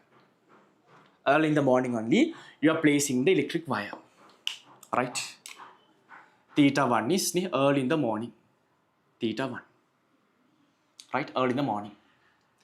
Then you think about the cost also. We know that, right? Because we know the wires are very costly. Even the 1 centimeter increase in the wire will cause a significant loss to your company. Right? You are thinking like that, and so I want to place the wire between these two electric poles. Then you measured the length between those two electric poles is simple L, maybe 5 meter, 2 meter for an example. Then you decided, okay, now length between those two poles is 2 meter, simple L. Therefore, you are going to terminate a wire having a length exactly equal to the gap between those two poles. If you install a wire having a length exactly equal to the gap between those two poles, then what will happen? Right, early in the morning, no issue. Early in the morning, no issue. Early in the morning, no issue. Early in the morning, no issue. Right? Not early in the morning. Early in the morning, let's say theta 1, okay. Early in the morning. If not, let's say for an example, let's say theta 1 is for an example 20 degree for an example. Okay. Then the wire. Okay, this is a wire. I mark the wire in red color. If I mark the wire in red color, early in the morning.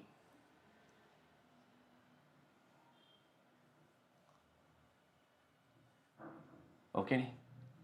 Length of the wire is exactly simple L. Right? Okay. When temperature theta 1, length of the wire is exactly simple L, no issue. And now what happens? Now temperature, environment temperature is increasing from 20. When the moment you terminate the wire, temperature was 20, theta 1, and now temperature is theta 2, that is greater than theta 1. Now temperature is larger than the initial temperature. Then what would happen for the wire? Wire will undergo expansion. Then what will happen that if the wire undergoes expansion, length of the wire will increase. Earlier, the wire at theta 1 temperature at 20 degrees Celsius, earlier the wire was exactly horizontal. There is no any sag in the wire. But when the temperature increases to theta 2, now temperature increases to theta 2. For an example, the theta 2 is 30 degrees Celsius. For an example, now the theta 2 is what? Larger than theta 1. In that time, That is also no big issue, no issue, sir. We can see a kind of small sag in the electric wire, but no any issue. Okay, fine. No any issue.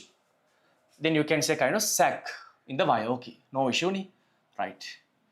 Because you are telling no issue, it's no issue, okay, no issue, fine. All good, ni? Nice, all good, beautiful, nice, super. Okay. Super, ni? Super. Super. Super. Right. We can see the wire is sagged like this. Sagged. But it's okay. Undergone expansion.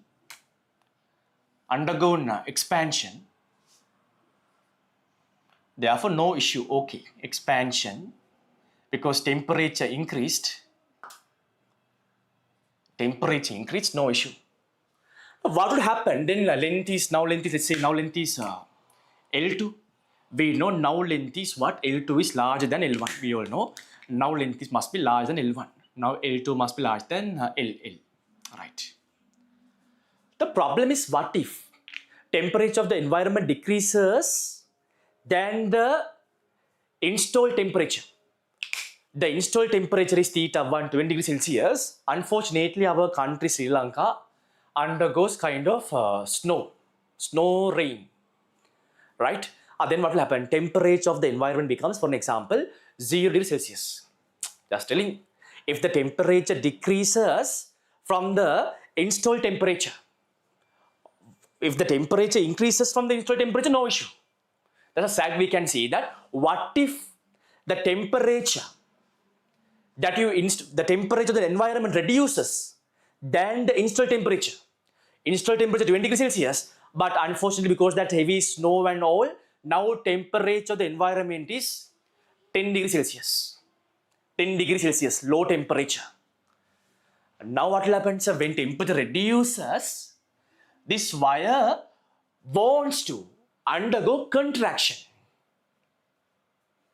But do you think can that wire contract easily? Do you think that wire has a freedom to contract? No. Why? You connected the ends of the wire tightly to the poles. Now story, unfortunately, now story.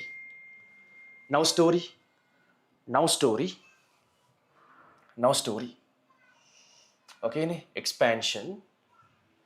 This story expansion, okay. I want to know every story properly, then only we can do something.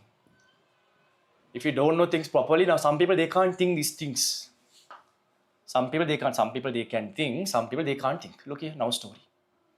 Now there are two possible stories. I will draw one possible story. Then sir, now okay, when the temperature reduces, now temperature theta 2 is small temperature. For example, now theta 2 is what? Theta 2 is less than, okay? Theta 2 is less than theta 1. For an example, now theta 2 is, 10 degrees Celsius.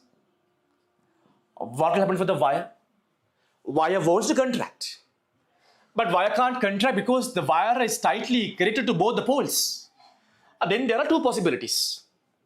If the wire, because these poles are connected to the ground by using concrete, therefore poles are very strong. Right? Now wire, I am the wire. Think I am the wire. Now I know that when the surrounding temperature reduced, I know I want to reduce my length. I am the wire. I want to contract, but what happened? My two hands are tied to that two poles. Right? When you are reducing the temperature, I want to contract myself. But the problem is my hands, the wire ends are tied to the two poles. Then there are two possibilities. Not two possibilities. Second or first option is wrong. What is the first possibility? First possibility is what? Definitely I want to contract. No matter how much you restrict, I will contract. In the attempting of contraction, what will I do? I will apply a greater force on two poles this direction. In the attempt of contracting, I will apply a greater force on two poles towards me. As a result, I contracted. What happened for my two poles? My two poles slanted. Is it possible? Practically not possible. Two poles slanted. By slanting, by breaking the two poles, I can reduce my length if you reduce my temperature. That's not possible. Practically not possible. Right? Practical, not possible. Not possible practically. You broken, broken. These two poles are damaged. Damaged. Right? Then the wire will be like this. But practically not possible. Practical, not possible. Okay. Now length is, let's say, L2. L2 is smaller than L, but not possible. Not possible. Because have you seen this type of story? Have you seen? No. Very rarely only seen can happen. Very rarely. Not happening actually. What is the other possibility? What is the other possibility? I want to contract my length because you are reducing my temperature. But my two hands are tied into the two poles. I won't reduce, no matter even I die or I don't die, I won't reduce my length in the attempt of contraction. I will lose my two hands. In the attempt of contraction, I will lose my two hands. What will happen? The string, that rope, that wire will break into two. In the attempt of contraction, if wire can't produce enough force, the wire will break. Generally, that's what happening. Generally, what happens during the contraction? This is not possible normally. Generally, what happens? Wire will break like this. Wire will break. Generally, I want to learn theories properly. Theory means theory. Theory class. Some people want to boost the class in theories. Then can't survive. Okay, learn theory properly. Okay, if you learn theory properly, you can get A for sure. Our teachers, they haven't taught these things actually to this level. Right? Then what happens? The wire will break. The wire will break like this. Breaked. Wire will what? Break. Wire breaks. Then sir. So okay sir, now only I understand how it's critical. Work as an engineer. Right, work as an engineer, it's critical. Even this wire is broken, what will happen? If there's a power, it's a big problem. If there's a live current, it's a big problem. People will die. Even a small life goes, and also the cost and all. Right. So I understood now very clear. The summary is very clear. So this thermal expansion idea, I understand. Right. In case that let's say summary. If I lay a wire, right? Let's say θ1 temperature, initial temperature. If I lay a wire having length equal to exact gap between those two poles, when temperature increases, that wire will slack, no any issue. Okay. But the problem is when temperature decreases, wire will break into two parts. That story. Then I can't accept that as an engineer, I can't do that. So how should I lay a wire? Remember, and now you will understand, sir, when I'm laying a wire, I want to consider that contraction of the wire during low temperature days. During low temperature days also, I want to consider that contraction of the wire also. Then if you should not lay the wire at θ1 temperature exactly horizontal. Right? You should not select a wire length having a length exactly equal to gap between the poles. You should not select a wire having a length that is exactly equal to the gap between two poles. The length of the wire that you should place should be greater than the gap between two poles. You understand? That story. Then correction story. The right way. This is wrong way. The wrong way. Why it's wrong? I explained why it's wrong. No issue with the high temperature story. Low temperature problem. Wrong story. What is the right story? The right story. See, right story. The correct story. Sir, I lay the wire in θ1 temperature somewhat sagging way. Right? Already my wire is sagging.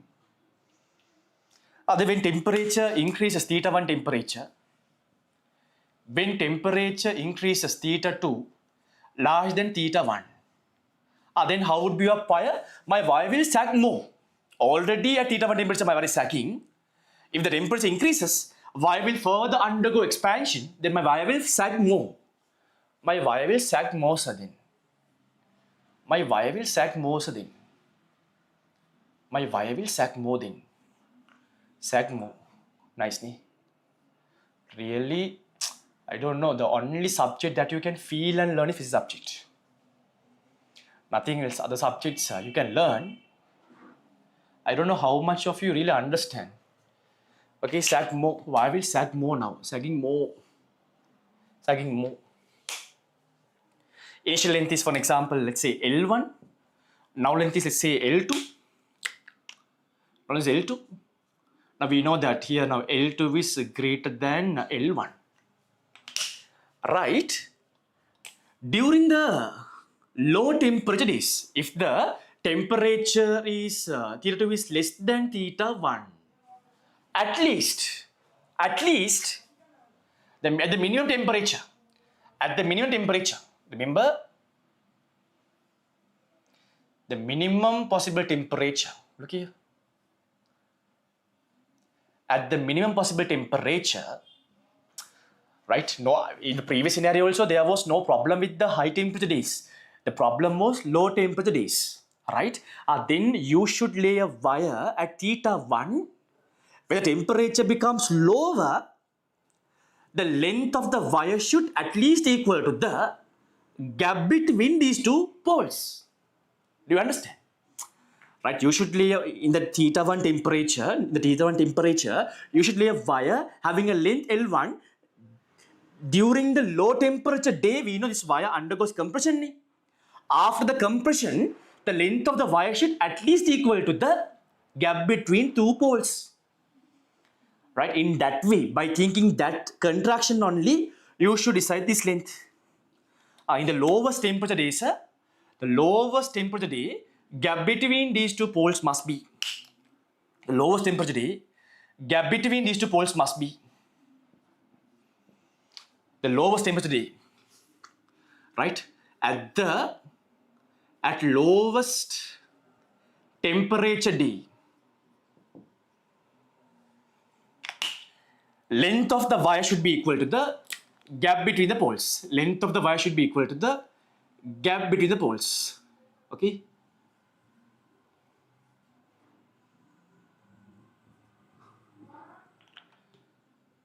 Gap, length of the wire must be equal to length of wire must be equal to gap between the poles. Gap between poles. Finished. Now, these things you should write down in the given space and all. Genuinely, hands up, time is 11:45. Right, I'm stopping from that application. We only have done 2 questions today, but I think overall we started the heat lesson properly, nicely, beautiful way. Right? Okay. Reply everyone in the chat. Reply everyone. What was the story we learned today? We started heat. I think we have done very nice explanations. We learned the beautiful stories. Try to explain real scenarios with my best. Put some replies. All good. Everything is crystal clear. Put a reply. All clear. Everything is crystal clear. Put a reply. All clear. Superb. Crystal clear. Put a reply. So superb, sir. Crystal clear. Put a reply, everyone. Superb, crystal clear and sharp. Superb, crystal clear and sharp. Superb, crystal clear. Nice, ni. Nice story. Nice story, ni. Nice story. Please, we'll do more questions. And this month, I think we have a big challenge because this month I will put plenty of extra classes, right? Extra classes. And target papers, we have MCQ, 7 MCQ pending, target paper essay question paper pending, yesterday MCQ pending, right? Today 7 p.m. onwards I will do the paper discussion, right? And tomorrow also morning we are doing Gaussian theory stories properly tomorrow morning, right? And also I'm expanding the last month recordings for another 2-3 weeks. But January I don't give an excuse, February I don't give an excuse, therefore watch the recordings immediately, don't waste your time. That story. nice stories. We have few more applications to be learned in linear. Linear expansion is a long story. Area expansion, small section. Volume expansion, very small. Liquid expansion also, not this much. We don't talk this much of applications. There are considerable theories are there.